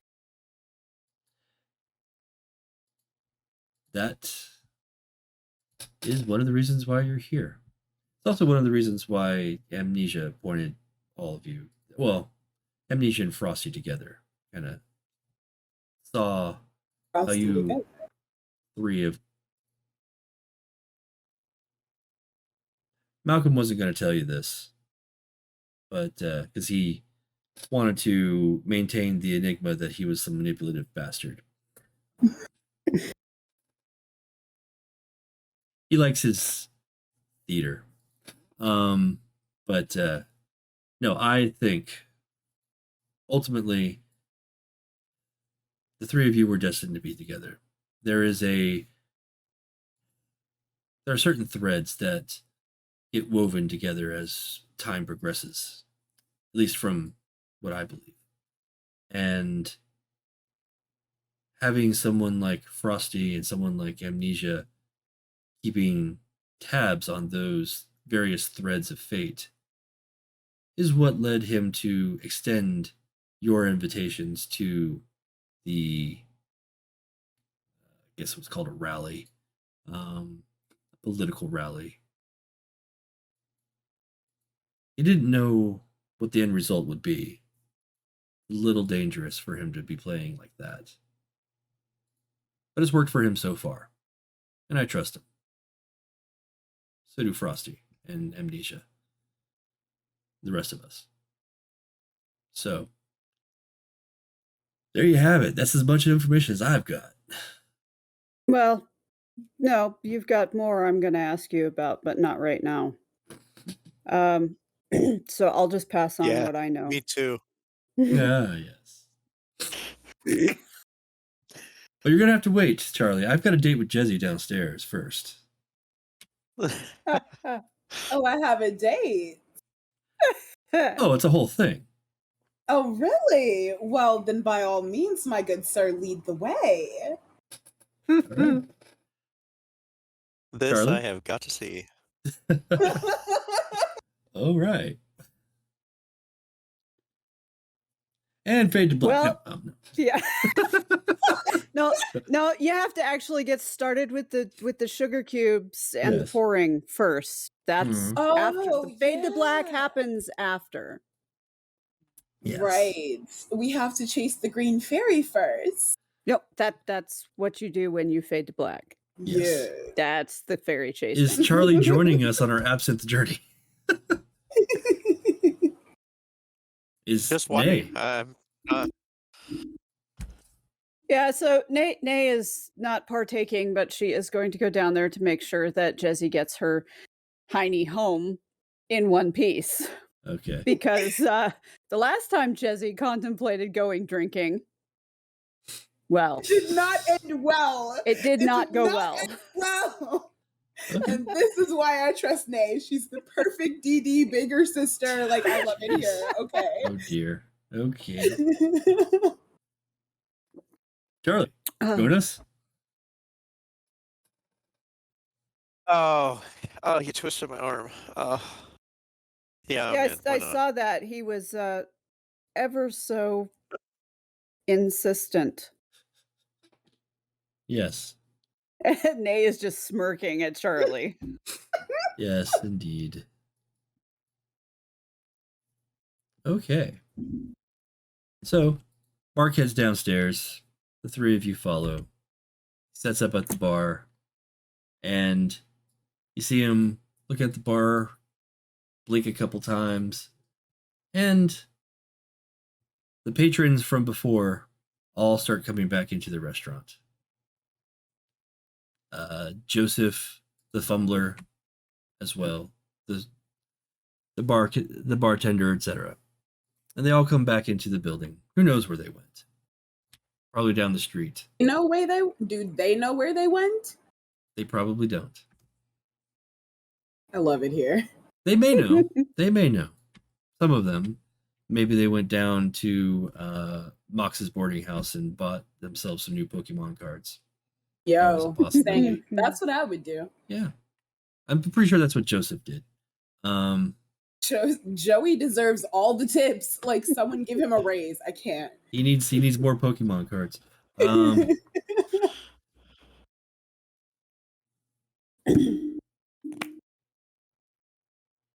It's at this point where the bartender lays out 2 more glasses with spoons and sugar cubes, or tray sugar cubes. And Mark walks you through the process of placing the cube and pouring the absinthe over the cube into the glass, and kind of that almost weird magical green color kind of comes through with the wormwood infused drink. And the genuine stuff. Yeah. They would have nothing less. This is actually on the menu for the Splintered Wand, by the way. They have a full Really? Did they legalize wormwood? I don't know. In it? But in my world they have. For my birthday. In my world it doesn't matter if it's legal. Well, no, but I meant all of y'all are invited. When I turn 31, we're all going to the Splintered Wand and we're gonna see if they legalize wormwood. Sure. Absolutely. Well, you are. I'll just have my dry martinis because I don't do licorice flavor. That's totally fair. I will take your shot. Oh, licorice. Not me. My dad loves it, but I hate it. All right. Yep. So you go through that, and the crystallized sugar melts down. The drink becomes what it is, and it is an oddly bitter and just that hint of sweetness flavor, and you can get that almost I don't know how to describe licorice other than just gross, but some people like it, so I'm I with can't. you. I'm totally with you. It's I not, do not licorice. but it's a I very love it. it's a very strong, rooty flavor, and it goes down smooth enough, and that's where we will fade to black and take a break. We're- and Good, we'll That's because I have to pee. So Yeah. let's do this. we will come back in just a moment. okay. Okay, I will burb. I have to go do bio stuff. No worries. Yep. Oh, I also have to go and get my vapes from my car. Give me like 5 minutes. I'll be right back.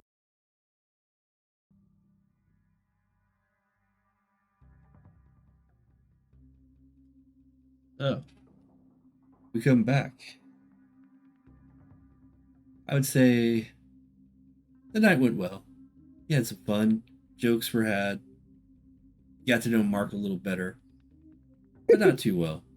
He seems to keep a pretty reserved poker face. But everything kind of ends that evening, and you go your separate ways.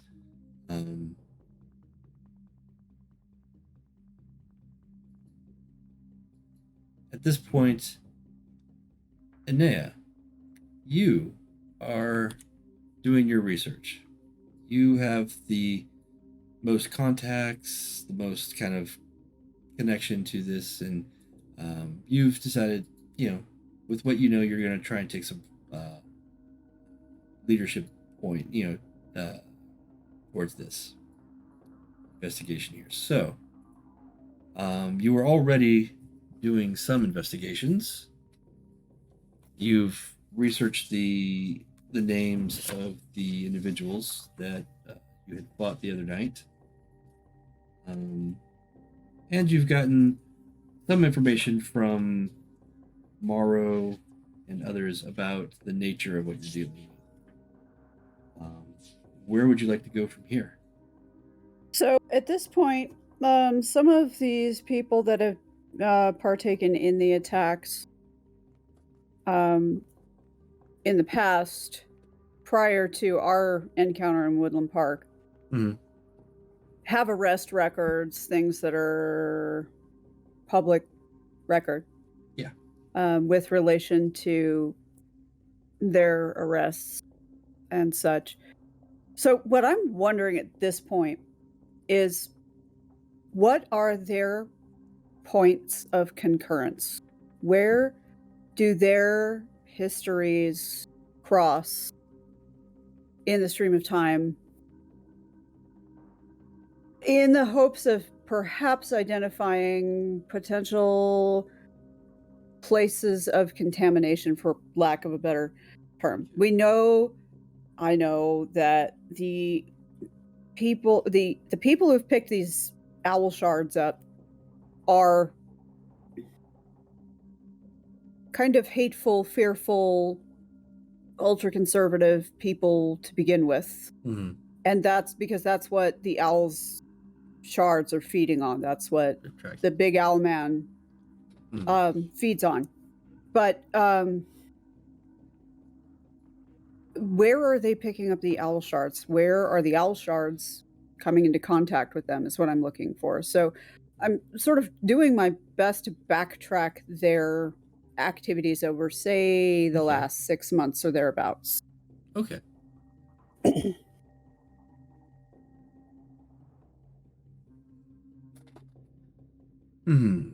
That's a good question.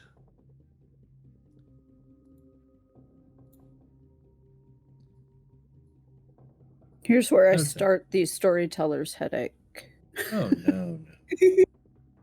No headache here.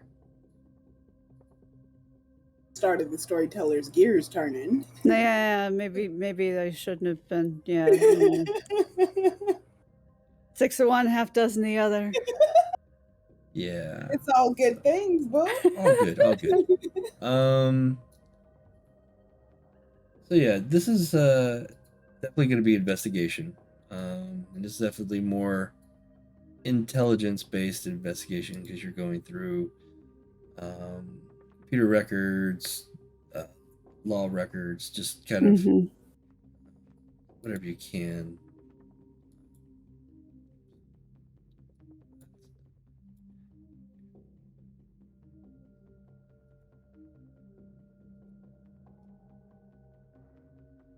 If I can pull up the right character sheet, I can do this.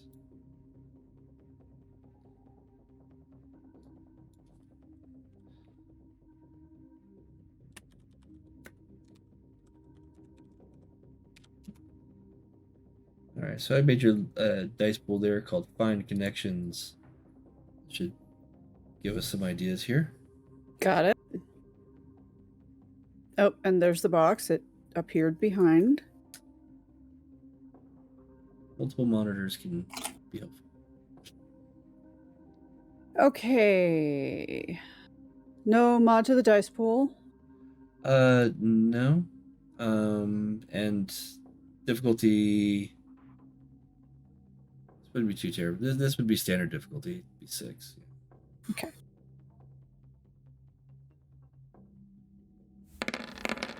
PC dice, yay! Yay, dice. Oh my god, I have a botch. Oh, jeepers. Okay, Bill, that's it. You're rolling for me forever. It's not a botch. It's not a botch technically because you did get 1 success. Okay, so it cancels it out. You got 1 success, but you got 2 1s, so that makes it a -1. It's not technically a botch though; it's just a failure. Oh, okay. It's a substantial failure though, Jeepers. but not one that comes back to bite you. Well, I certainly wasn't using any magic on this one. Right. Well, yeah, no, even like botch is true either way, but I mean, just really bad with magic. So I'll make a note of that.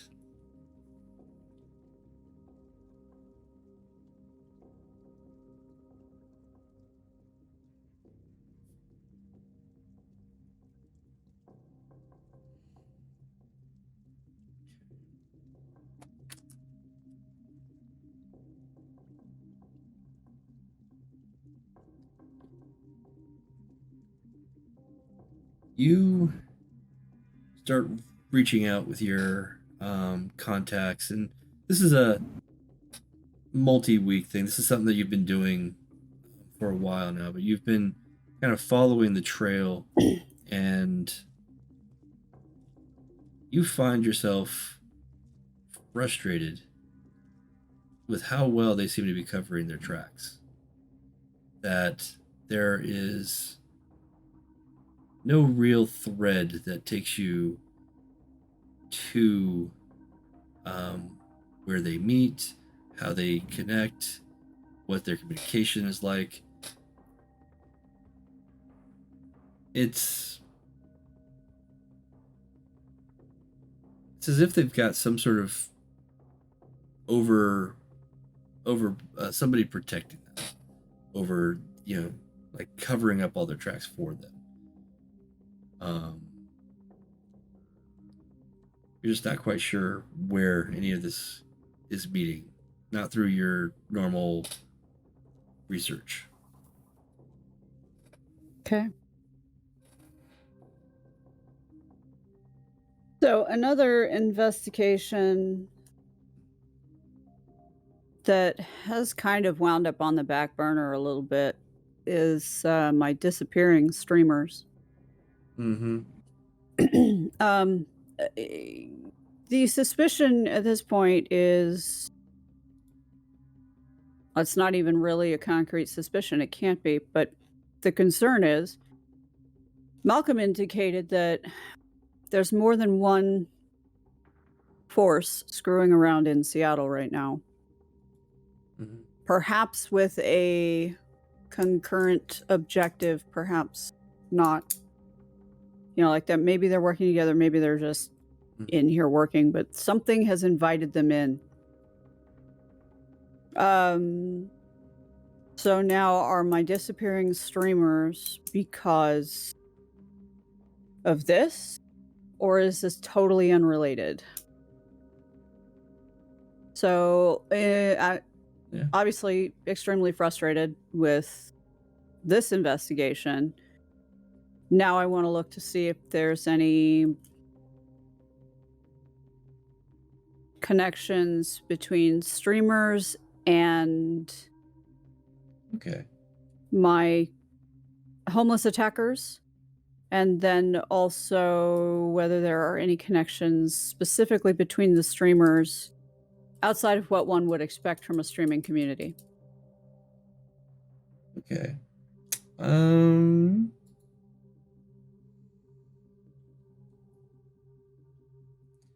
Not your strong suit, but is a thing you're going to be. This one I'd say is more of a wits. This is like trying to make connections. Intelligence is kind of like this is the Following the dexterity. data. Yeah, wits is more of like connecting it, more of the stamina. It's to more of speak. the wisdom roll. So it's going to be wits, but this is also an enigma. So this is going to be your wits and enigma, which sadly you don't have much in enigmas. But you can still possibly find stuff this way. So, there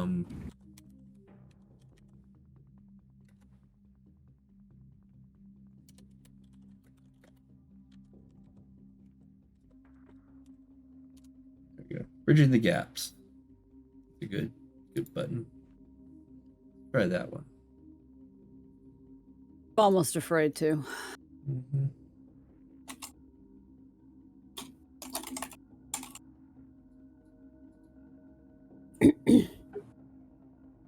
And the difficulty?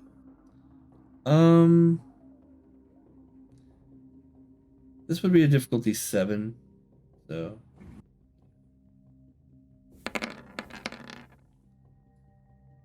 But I have 3 successes. your brain, Yes. you got a good brain. You got good brain, please. Please. So even without any real formal training in finding connections and solving riddles and mysteries, not really your area of expertise, needless to say, you're still smarter than the average bear. And as such, you start thinking about more of the spiritual and connections that something like this could have. It's not just that there are bigots in this world, and it's not just that there are, people that have platforms that are spewing out bad information. It's that there are some kinds of combinations for these sort of things. And thinking along those lines and kind of tracing back the origins of the Alaman and thinking about how spirits do tend to push themselves on platforms and live through myth and live through the retelling of their existence. That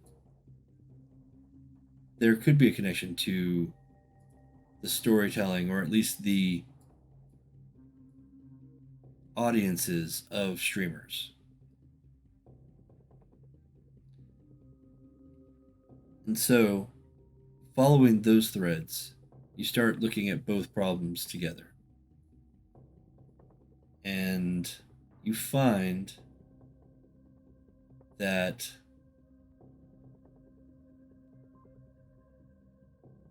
the pattern of the streamers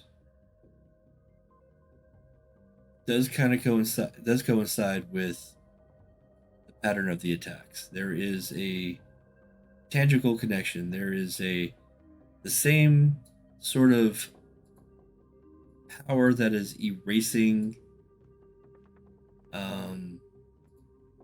these streamers is also erasing the connections that you would normally look for when you're looking at these attacks and who these attacks are connected to and how they're meeting. It's as if this one power that's erasing it all is working on both problems. You can kind of see like when one thing is being erased, the other thing is happening, and vice versa. So you kind of find that there is this strange paradoxical connection, even if the streamers themselves have nothing to do with the bigotry.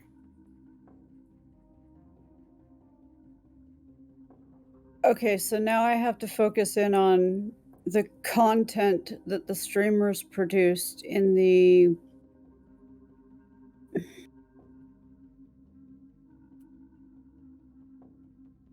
periods between when they first began displaying a nervousness in their streams and their actual disappearance. Like, what were they?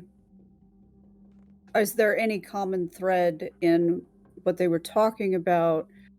Casual asides, phrasing, similar phrasing, identical phrasing, subject matter. Where are the connections there?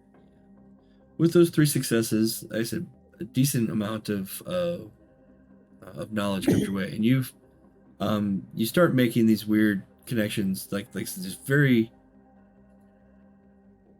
not even. Some of it's not even logical, but the intuitiveness that you come across, you find that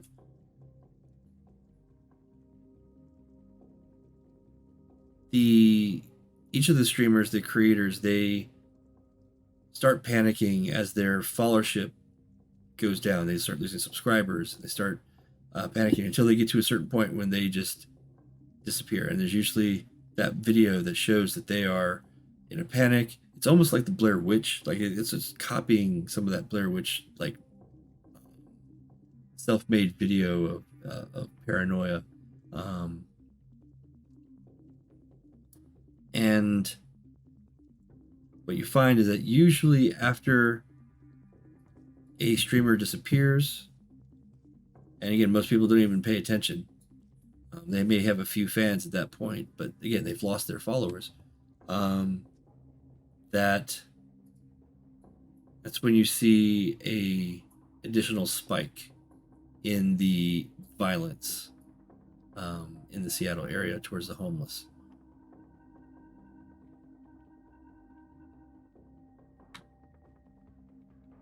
Okay, so a streamer goes missing, and at about the same time, there's more attacks. Nearly after, yeah. Like, Then- okay, so within a few days afterward. Mm-hmm. That's correct. And then, as there are more attacks, does it seem causal? Like the attacks fizzling out means that another streamer goes missing within a certain period of time? Or is it the other direction where the streamer going missing is the catalyst for all of the violence? I mean, we're talking a chicken and egg kind of potential here. It's hard to say. You just Okay, so- notice that there's this cyclic pattern that's going all the way back to the dates of the first homeless attacks. Mhm. And the dates of the first streamers that I'm aware of having gone missing. Which event has the earliest date?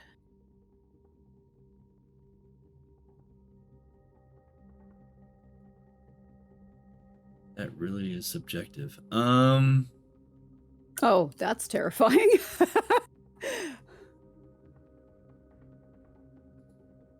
I mean, there's always the possibility that I am unaware of a disappearance, a streamer's disappearance, or a homeless attack because it was small scale to start with, and only ramped up later. So what you find is that the homeless attacks seem to be the first things that were happening. When you follow Okay. the pattern all the way down to the first one that you can find, it's the homeless attacks. Okay.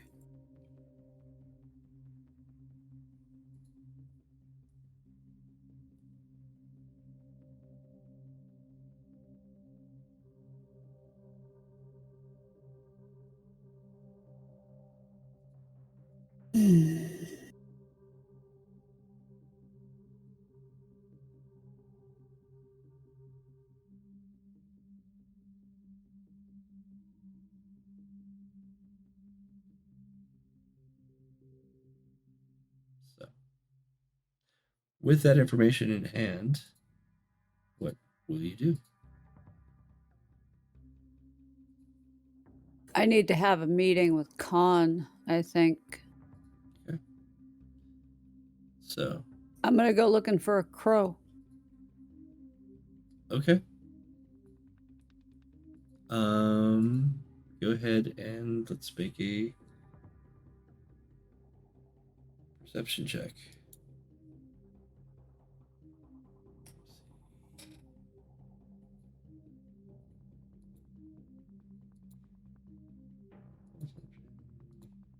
Additionally,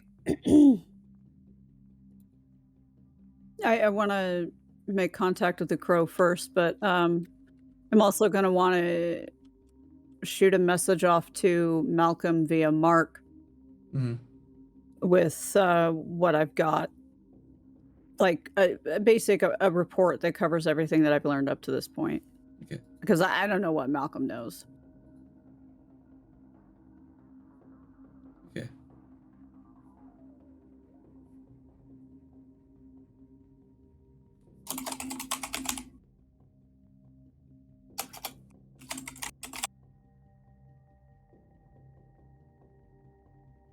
And the difficulty on this one?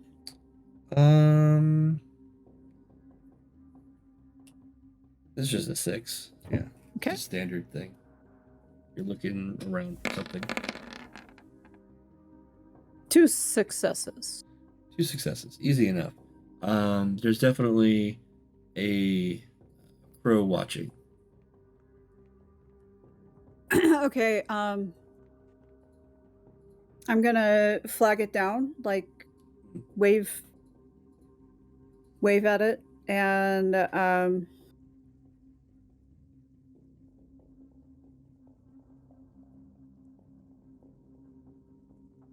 Okay. You look at the blackbird and you wave at it. It looks back down at you. It turns its head a bit. Then just kind of hops on the wire that it's on and flies away. I'm gonna okay. Well, that's not useful. Although maybe it will be.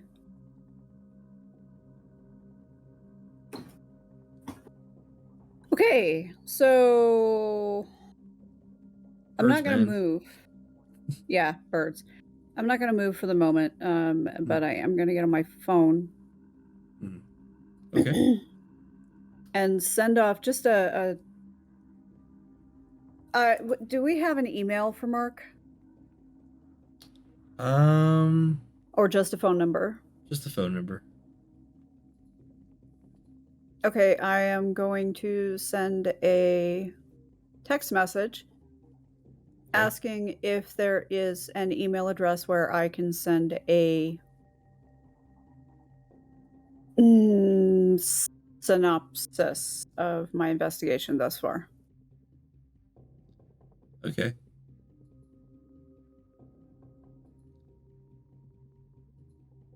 He takes a little moment, but then he responds, and sure enough, you get his email address in the text. Okay.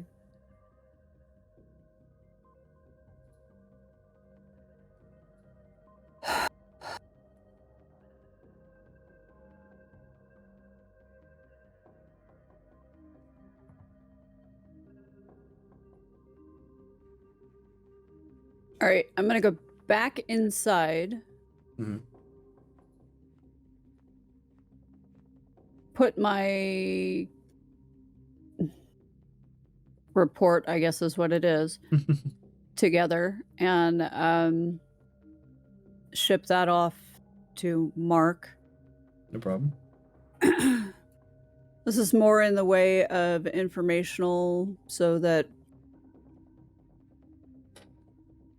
we're all on the same page, assuming that Malcolm Right. doesn't have any more information. Right. If he does, I would greatly appreciate hearing about it. Mm. And get that sent off. And then I am going to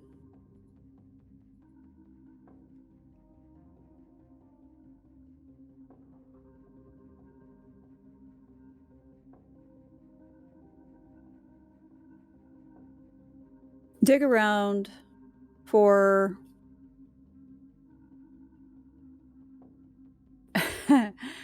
a quartz pendulum I haven't used in a long time. Mm. Probably on a silver chain or something of that nature. And Okay. tuck that in a pocket and go back out looking for a crow. Okay. Not too hard. You look around and yeah, there's another one. Just hanging out. Seems to be shifts of various ravens coming around. Okay.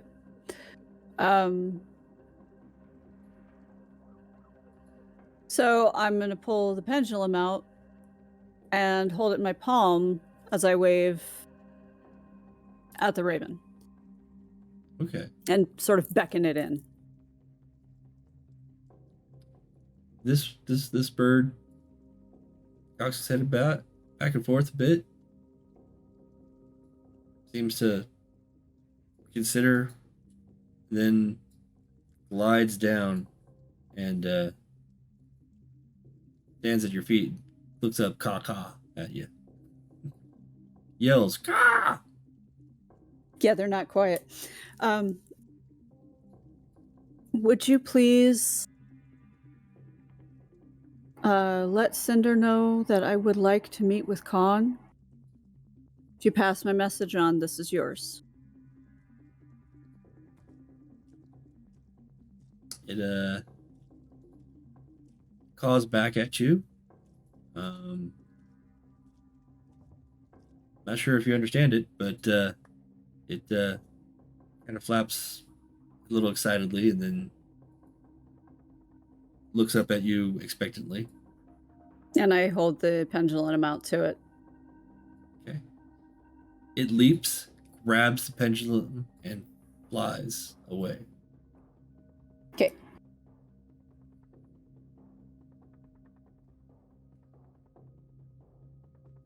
And I go back inside to await contact. It's not like Khan doesn't know how to get a hold of me.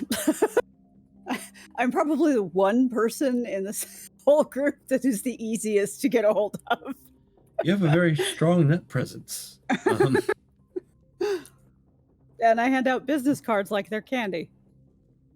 I met some people yesterday, or met one person yesterday. Just random guy just started talking to Cammy out of nowhere.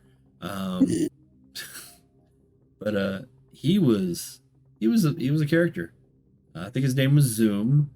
Had lots of rings. Had like shiny pointy toe shoes, goggles, and a weird hat that had like. Yeah, I'm not joking. This guy was straight out of Mage. It was fantastic. So wait, you just met this guy Yeah. walking down the street? I know he was in Fred Meyer. Yeah. That's not better, my love. That's not better. Why is he just in steampunk wear by the fucking produce? Like, I beg. There are some people that that's No how they way. dress every He was single day. He was I honestly- fantastic. I can't talk shit. If Yeah. your life is a Oh, no. runway, sweetheart, He was- you better stomp. He was Like, great. He's great. He saw Cammy's shirt that said something about video games, and he's like, "Hey, what video games do you like to play?" And just hey, that's gonna start a conversation with any of us.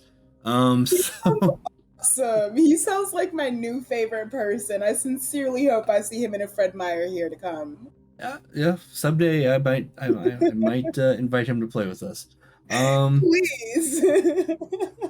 Anywho. Yeah, there's a couple that come in to the Value Village that are like that. That there's today they came in and they were wearing matching burgundy cloaks, and he had a matching top hat to go with his burgundy cloak, and he's got long, beautiful silver hair, and so does she, and matching outfits, the masks, and I mean, no goggles or that kind of thing, but he has a decorative cane that he carries with him.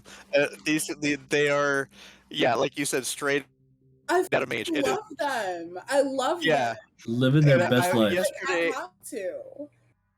I was wearing, I had a very blinged out mask. It's just all stones, and they were, he said he specifically came over to me and he was like, life just needs more sparkle, doesn't it?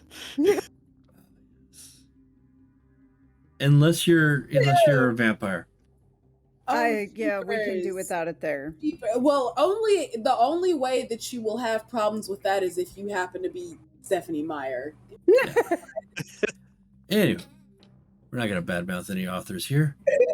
Not right now. Anyway, the crow flies away. You go back inside. It doesn't take very long, but you get a text from Khan. He's got a cell phone, and but oddly enough, his number's always blocked. He doesn't want people contacting him, and he's and surprisingly good at keeping his identity hidden technologically.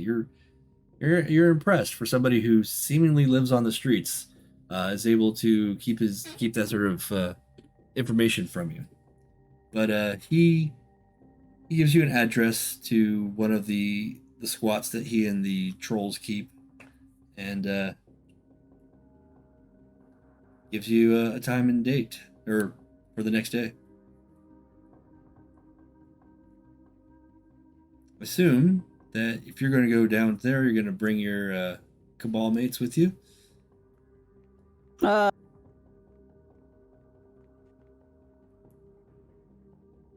You. I am going to verify with Khan first that guests are okay. Okay, yeah. This is not a connection I want to offend. Fair enough.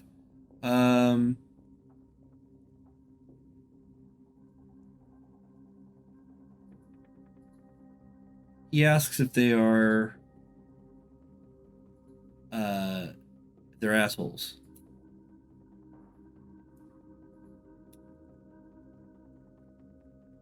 Only in the good way.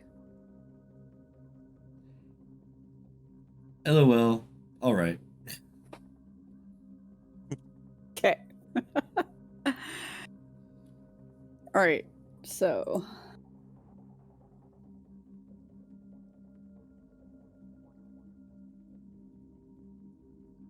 that's probably all I've got for right now.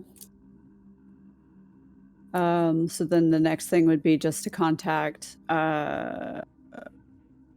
Jesse and Charlie and see if they can meet up with me to meet one of my contacts. Yeah. What does Jesse say?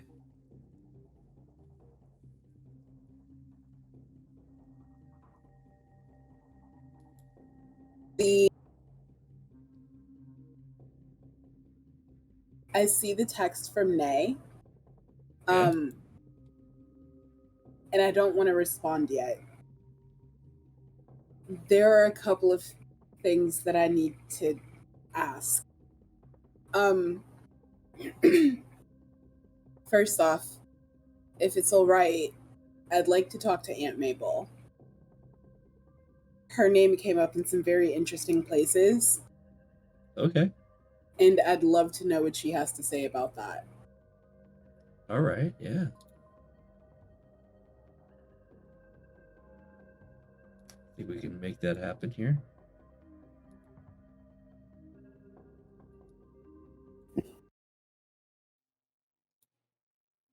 Oh. I love my farm. It's so peaceful here. It is. Just over the bay of Sean Island is a hardworking, unorthodox commune. By day, they're planting.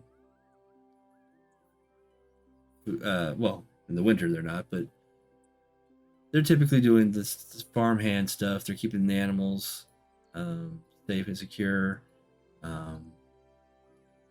prepping for the upcoming spring. At this point, you're still, the mid-November at this point, where it's past harvest time, but you're starting to prepare for the winter. Mhm. But at night, this group can get freaky. And the locals have their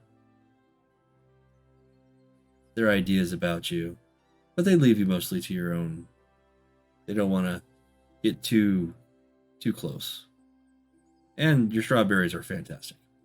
Oh, we know. So,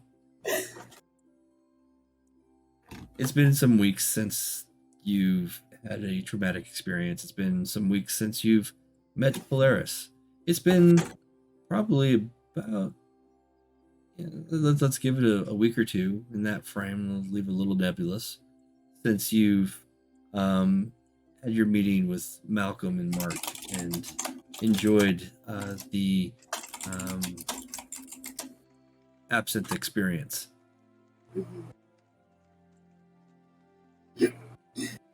But Aunt Mabel is in her usual spot at the library, usually cleaning, setting things up, prepping for what may come with new children in making sure that the library is always accessible and a safe space for everyone. And there she is. So, Aunt Mabel. Oh, hello, Jezebel. Hi. Hi.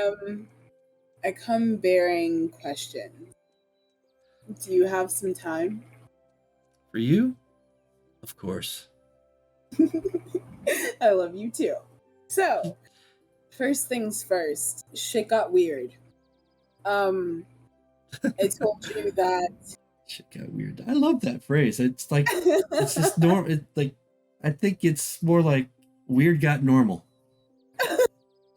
I mean, honestly, you're not wrong. Weird did get normal, and I have questions about normal, man. So, first of all, your name came up someplace I never would have imagined it had done. Do you know someone called Malcolm the Maelstrom or whatever the hell? Oh, that crazy guy. So Oh, that's a yes. yes. He's been around. I mean, okay, so full disclosure, some shit went down. I have new friends, and I'm on a mission now. And Malcolm the Maelstrom, whoever the fuck, is puppeteering this behind the scenes. So, if at all possible, I'd like to know what the hell I'm walking into, because it's not just me on the line here. At this point, it's some of my new friends too, and I don't want to make a bad impression, you see. I'd like to come into this as prepared as possible to, at the very least, do my share, and at best, help them along the way. And this Malcolm guy is integral to that, so any information would be greatly appreciated. Okay, Malcolm.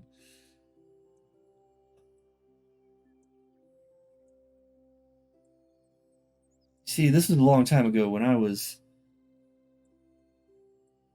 a little more involved with the mystic traditions before I helped make this place for us. Times were different back then. Things were more dangerous. We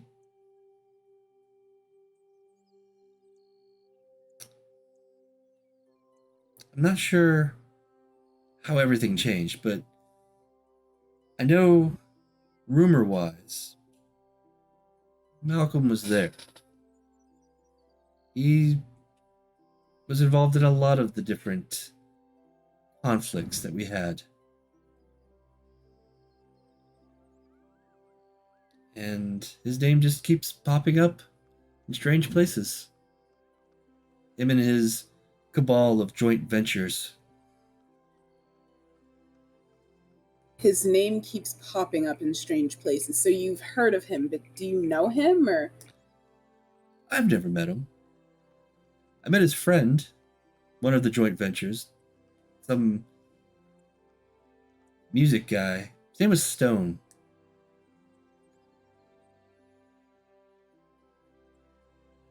I hear he, yeah, wasn't my place. I was old even then. You're not old, Aunt Mabel. You're seasoned. It's fine. Listen, so Thank you. this Malcolm guy, he's asking me and my friends to basically take up his banner and fight for his cause, whatever that happens to be. And look, I don't fully disagree with the man, okay? But the problem is people can talk pretty all day and all night. Is it If true? you were me, would you trust him?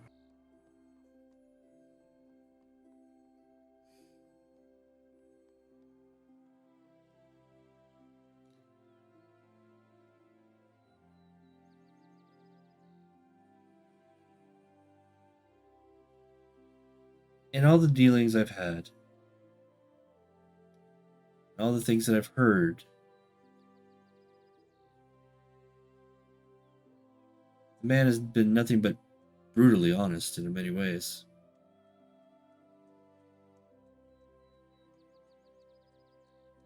I can deal with honest.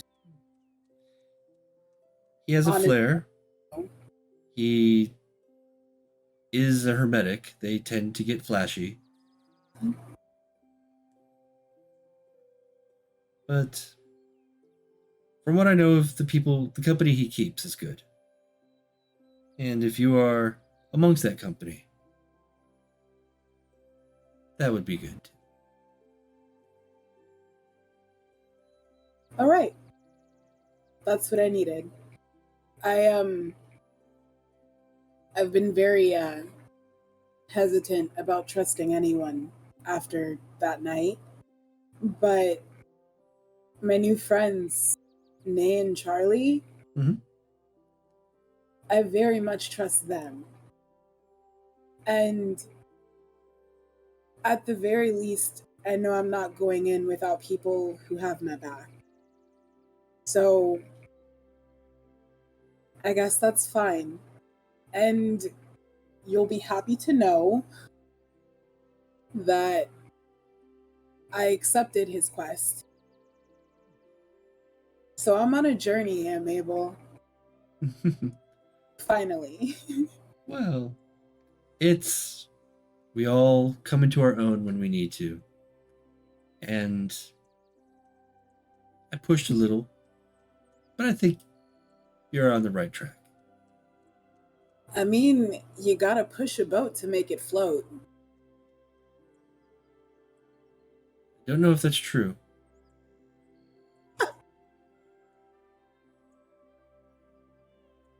But I'll go along with it. Thank you, darling. I appreciate it. So, I have some clarity now. And I think it's time that I spent some time by myself. I have to prepare. Okay. So, see you for breakfast? Of course. Always always a seat for you. Yay! Will you make my favorite pancakes? I'd love some chocolate chip pancakes. Chocolate chip pancakes. Got it. I'm making a note.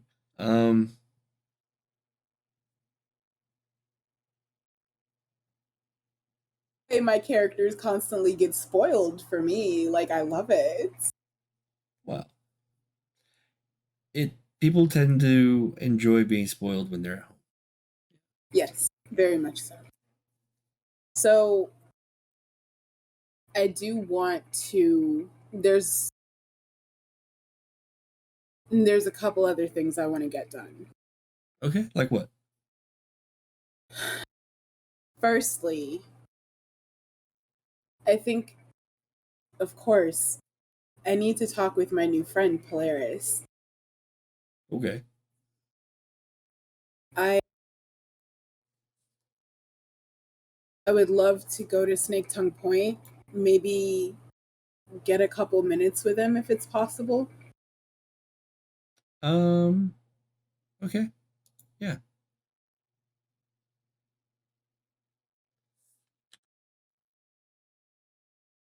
So you head up to Snake Tongue Point. Snake Tongue Point. I'm having a hard time with that today. I always will. No. It's not called Snake Tongue for no reason. No, you're right. And you find yourself meditating there. It's the weeks that you've been communing here, you've been working on and strengthening your connection to the place around you, and you've been making it more and more yours. And Polaris is a part of that. And as you reach your sanctum and as you begin to meditate, it doesn't take very long as you feel their presence come. And you stand up knowing they're there. And you feel the horsey nuzzle on your face. It's good to see you too, Polaris. So, I had a meeting a couple days ago, and it was very much giving like call of fate, you know? Like, it was very much me feeling like a new beginning is upon me. And I'm okay with that journey now because I know I have people in my corner. But if it's okay, I would love to know that you were with me too.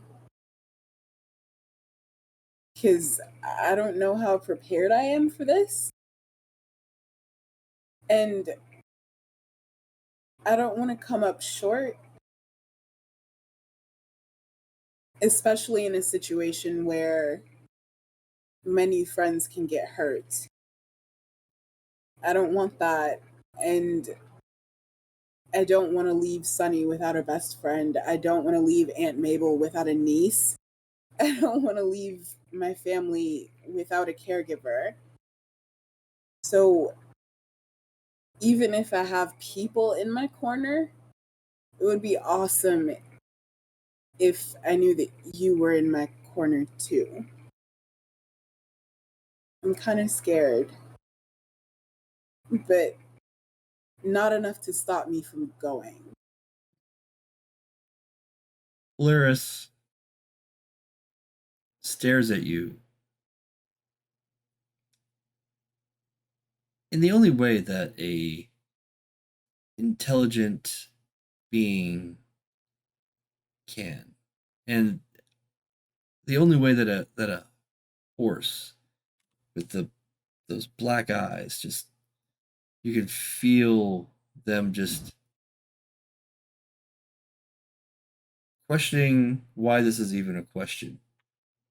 You can feel that they are absolutely 100% in your corner. Yay.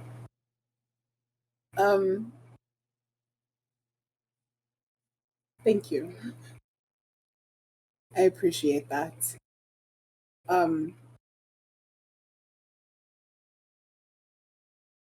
think that even if it was supposed to be obvious, that reassurance helps a lot. I've never walked into a situation like this before. People are expecting things of me, where they're going to be. And if they're not, I do. So I just want to be up to snuff, is all. And it's nice to know that I have your support. So thank you.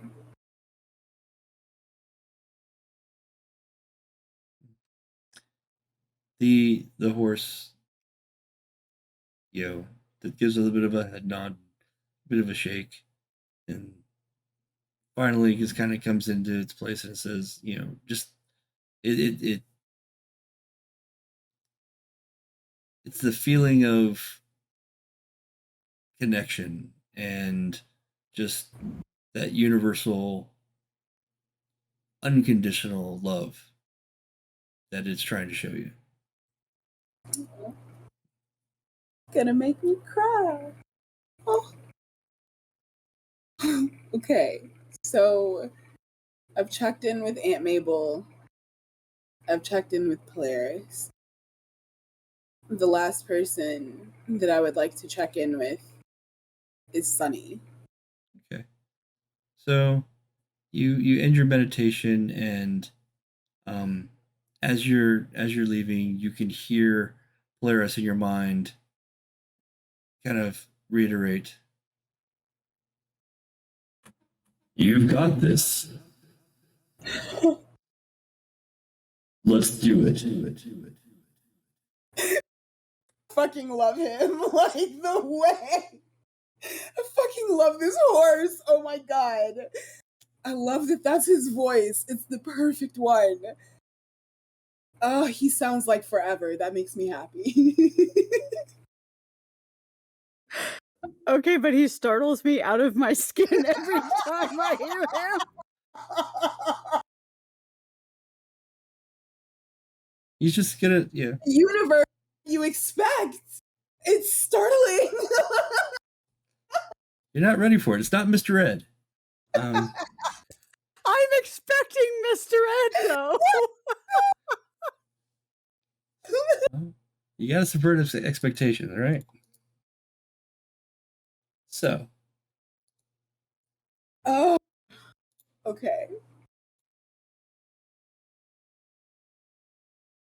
So Polaris has taken your catchphrase and just made it a part of your life. Let's do this. And you come back to the compound. It's a little later in the day, and Sunny is hanging out, drinking some lemonade, having a good, just chilling. So, hello. It's been a while. Hey, it's been that long? I just saw you like this morning. I know, but we haven't like talked. Oh, so, yeah. I have a couple questions. Okay. I don't know if I like where this is going. Not bad questions, I promise. Okay. So, what's up? Joy. How long have you known about this drug?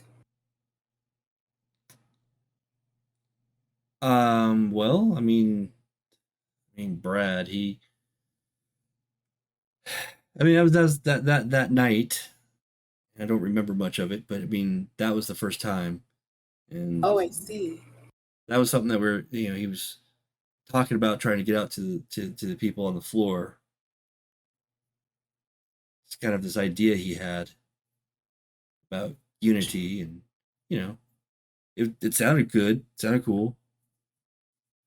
I mean, I tried it. I fucking liked it. It was bomb as fuck. Oh, I've it wiped me out.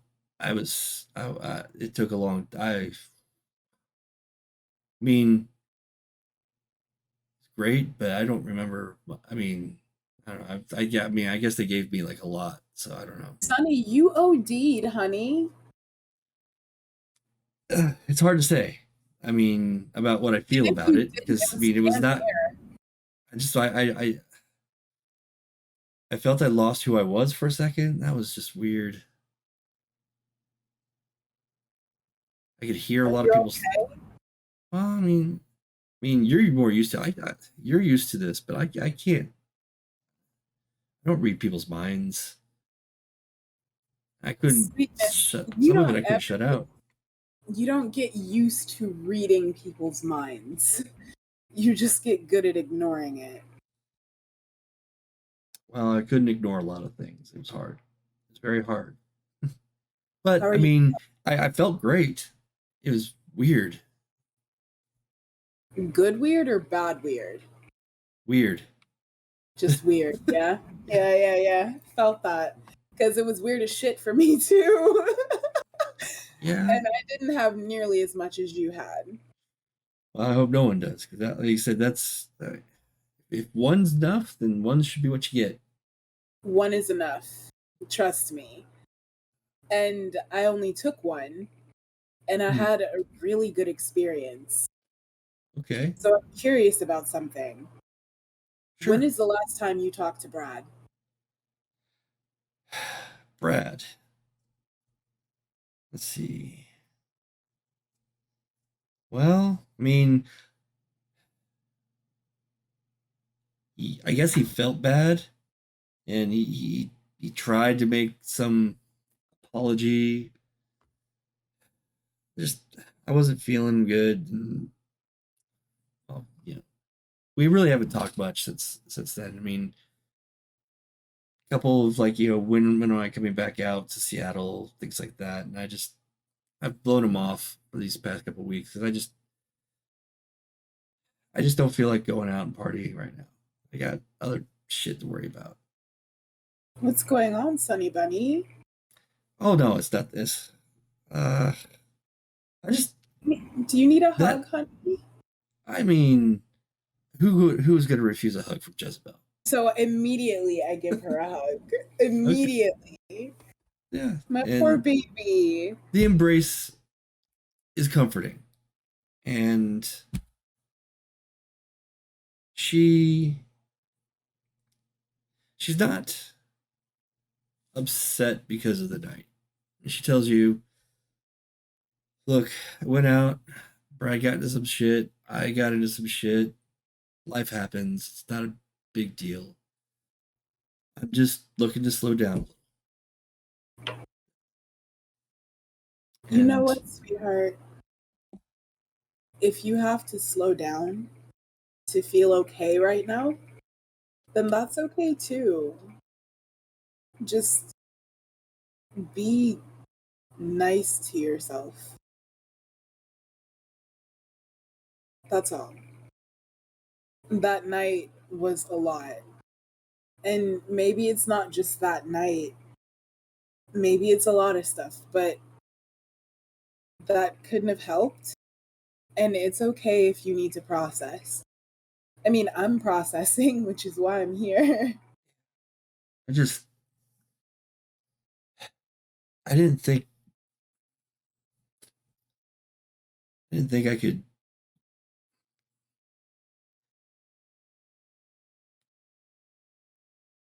Joy showed me some really good things that I felt good. But while I was feeling good, I was hearing some really bad things in my head. It was making these terrible things sound normal. Like what? Just the things that were going on inside that short man's head. The techie peshy guy. Oh my god, Mr. Poop Sandwich, fuck him. But I could hear his brain. That was weird. He was. you could hear Teki Peshi's thoughts when you were on enough joy. Yes. Do you know how much they gave you? I mean, it was a handful of pills. Oh, honey. I didn't feel connected. I didn't feel the grounding. I was disconnected from the life from Lancashire, and that's never happened. And I felt, and even though I was detached and I could feel and hear all these awful things, I was happy. That's not good. No, it was it's like enforcing this false happiness on this ugly part of people. And maybe I caught a glimpse of some of Brad's inner thoughts too, and that was, I don't know, that was ugly too. What did you catch? Just he was not feeling. I didn't know this until that day, but his wife gave him the divorce papers that day. You know, I'm not a judgy Puritan or anything like that, but Of course. he wasn't feeling very good, and he was not feeling very good towards her, in his thoughts. So you took enough joy and it amplified the negative thoughts of some of the people around you. I don't think it's negative thoughts. I think it was just their thoughts. I just think they were Just their negative. thoughts in general. I don't know. It's a long time ago. It feels like a long time ago. You know what, And sweetheart? It's okay. so yeah, I haven't felt comfortable going to the city yet. I'll get back out there. Don't you worry about me. You know what? On your big comeback, I better be right next to you. Damn straight. So I'm gonna hang with Sunny for a little bit, but without a moment of thought, I immediately text Nay and Charlie that not only am I coming to the meeting, Yeah. but that there's something about Joy that's not right. And I don't know if it's important, but maybe it's not horrible information to know, especially if I'm trying to use it for my spells. Okay. Absolutely. I think So, I'm done now. no worries. No, absolutely. I'm down with that. That's cool. And on as it is, it's sometimes hard when you go through a day like that. I mean, my best friend was fucking violated. She got drugged without her consent. That would freak out anybody, especially when it gives them a fucked up trip like that. Hell yeah, she doesn't want to step foot in the city anymore. Yeah, exactly. Jeez, poor Sunny Bunny. Yes. So, Like it's Nay's message is like immediately, absolutely, I'll be there. Just let me know when and where, and I'll be there. okay. Yeah, easy enough, Charlie. You this week is what any particular things you wanted to follow up on this week, or if you had any ideas you wanted to do before this meeting with Khan and Co. No, not really. Okay, sweet. So, following day, three of you meet up. Let me put Sunny's character sheet away. Bye. Bye, Sunny. Always nice to see a friendly face. Let's see.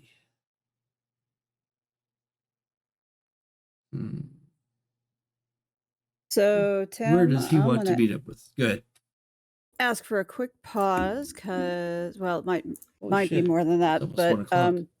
yeah, we're hitting kind of late, and I've got a water heater being delivered tomorrow Here morning. we go. Here's what I'll say. The three of you gather up at one of the tent cities that one of the tent cities that Khan keeps an eye on. This is also the same tent city where you met a gentleman by the name of Brain. I remember Brain. And Brain is a good soul. Mm-hmm. And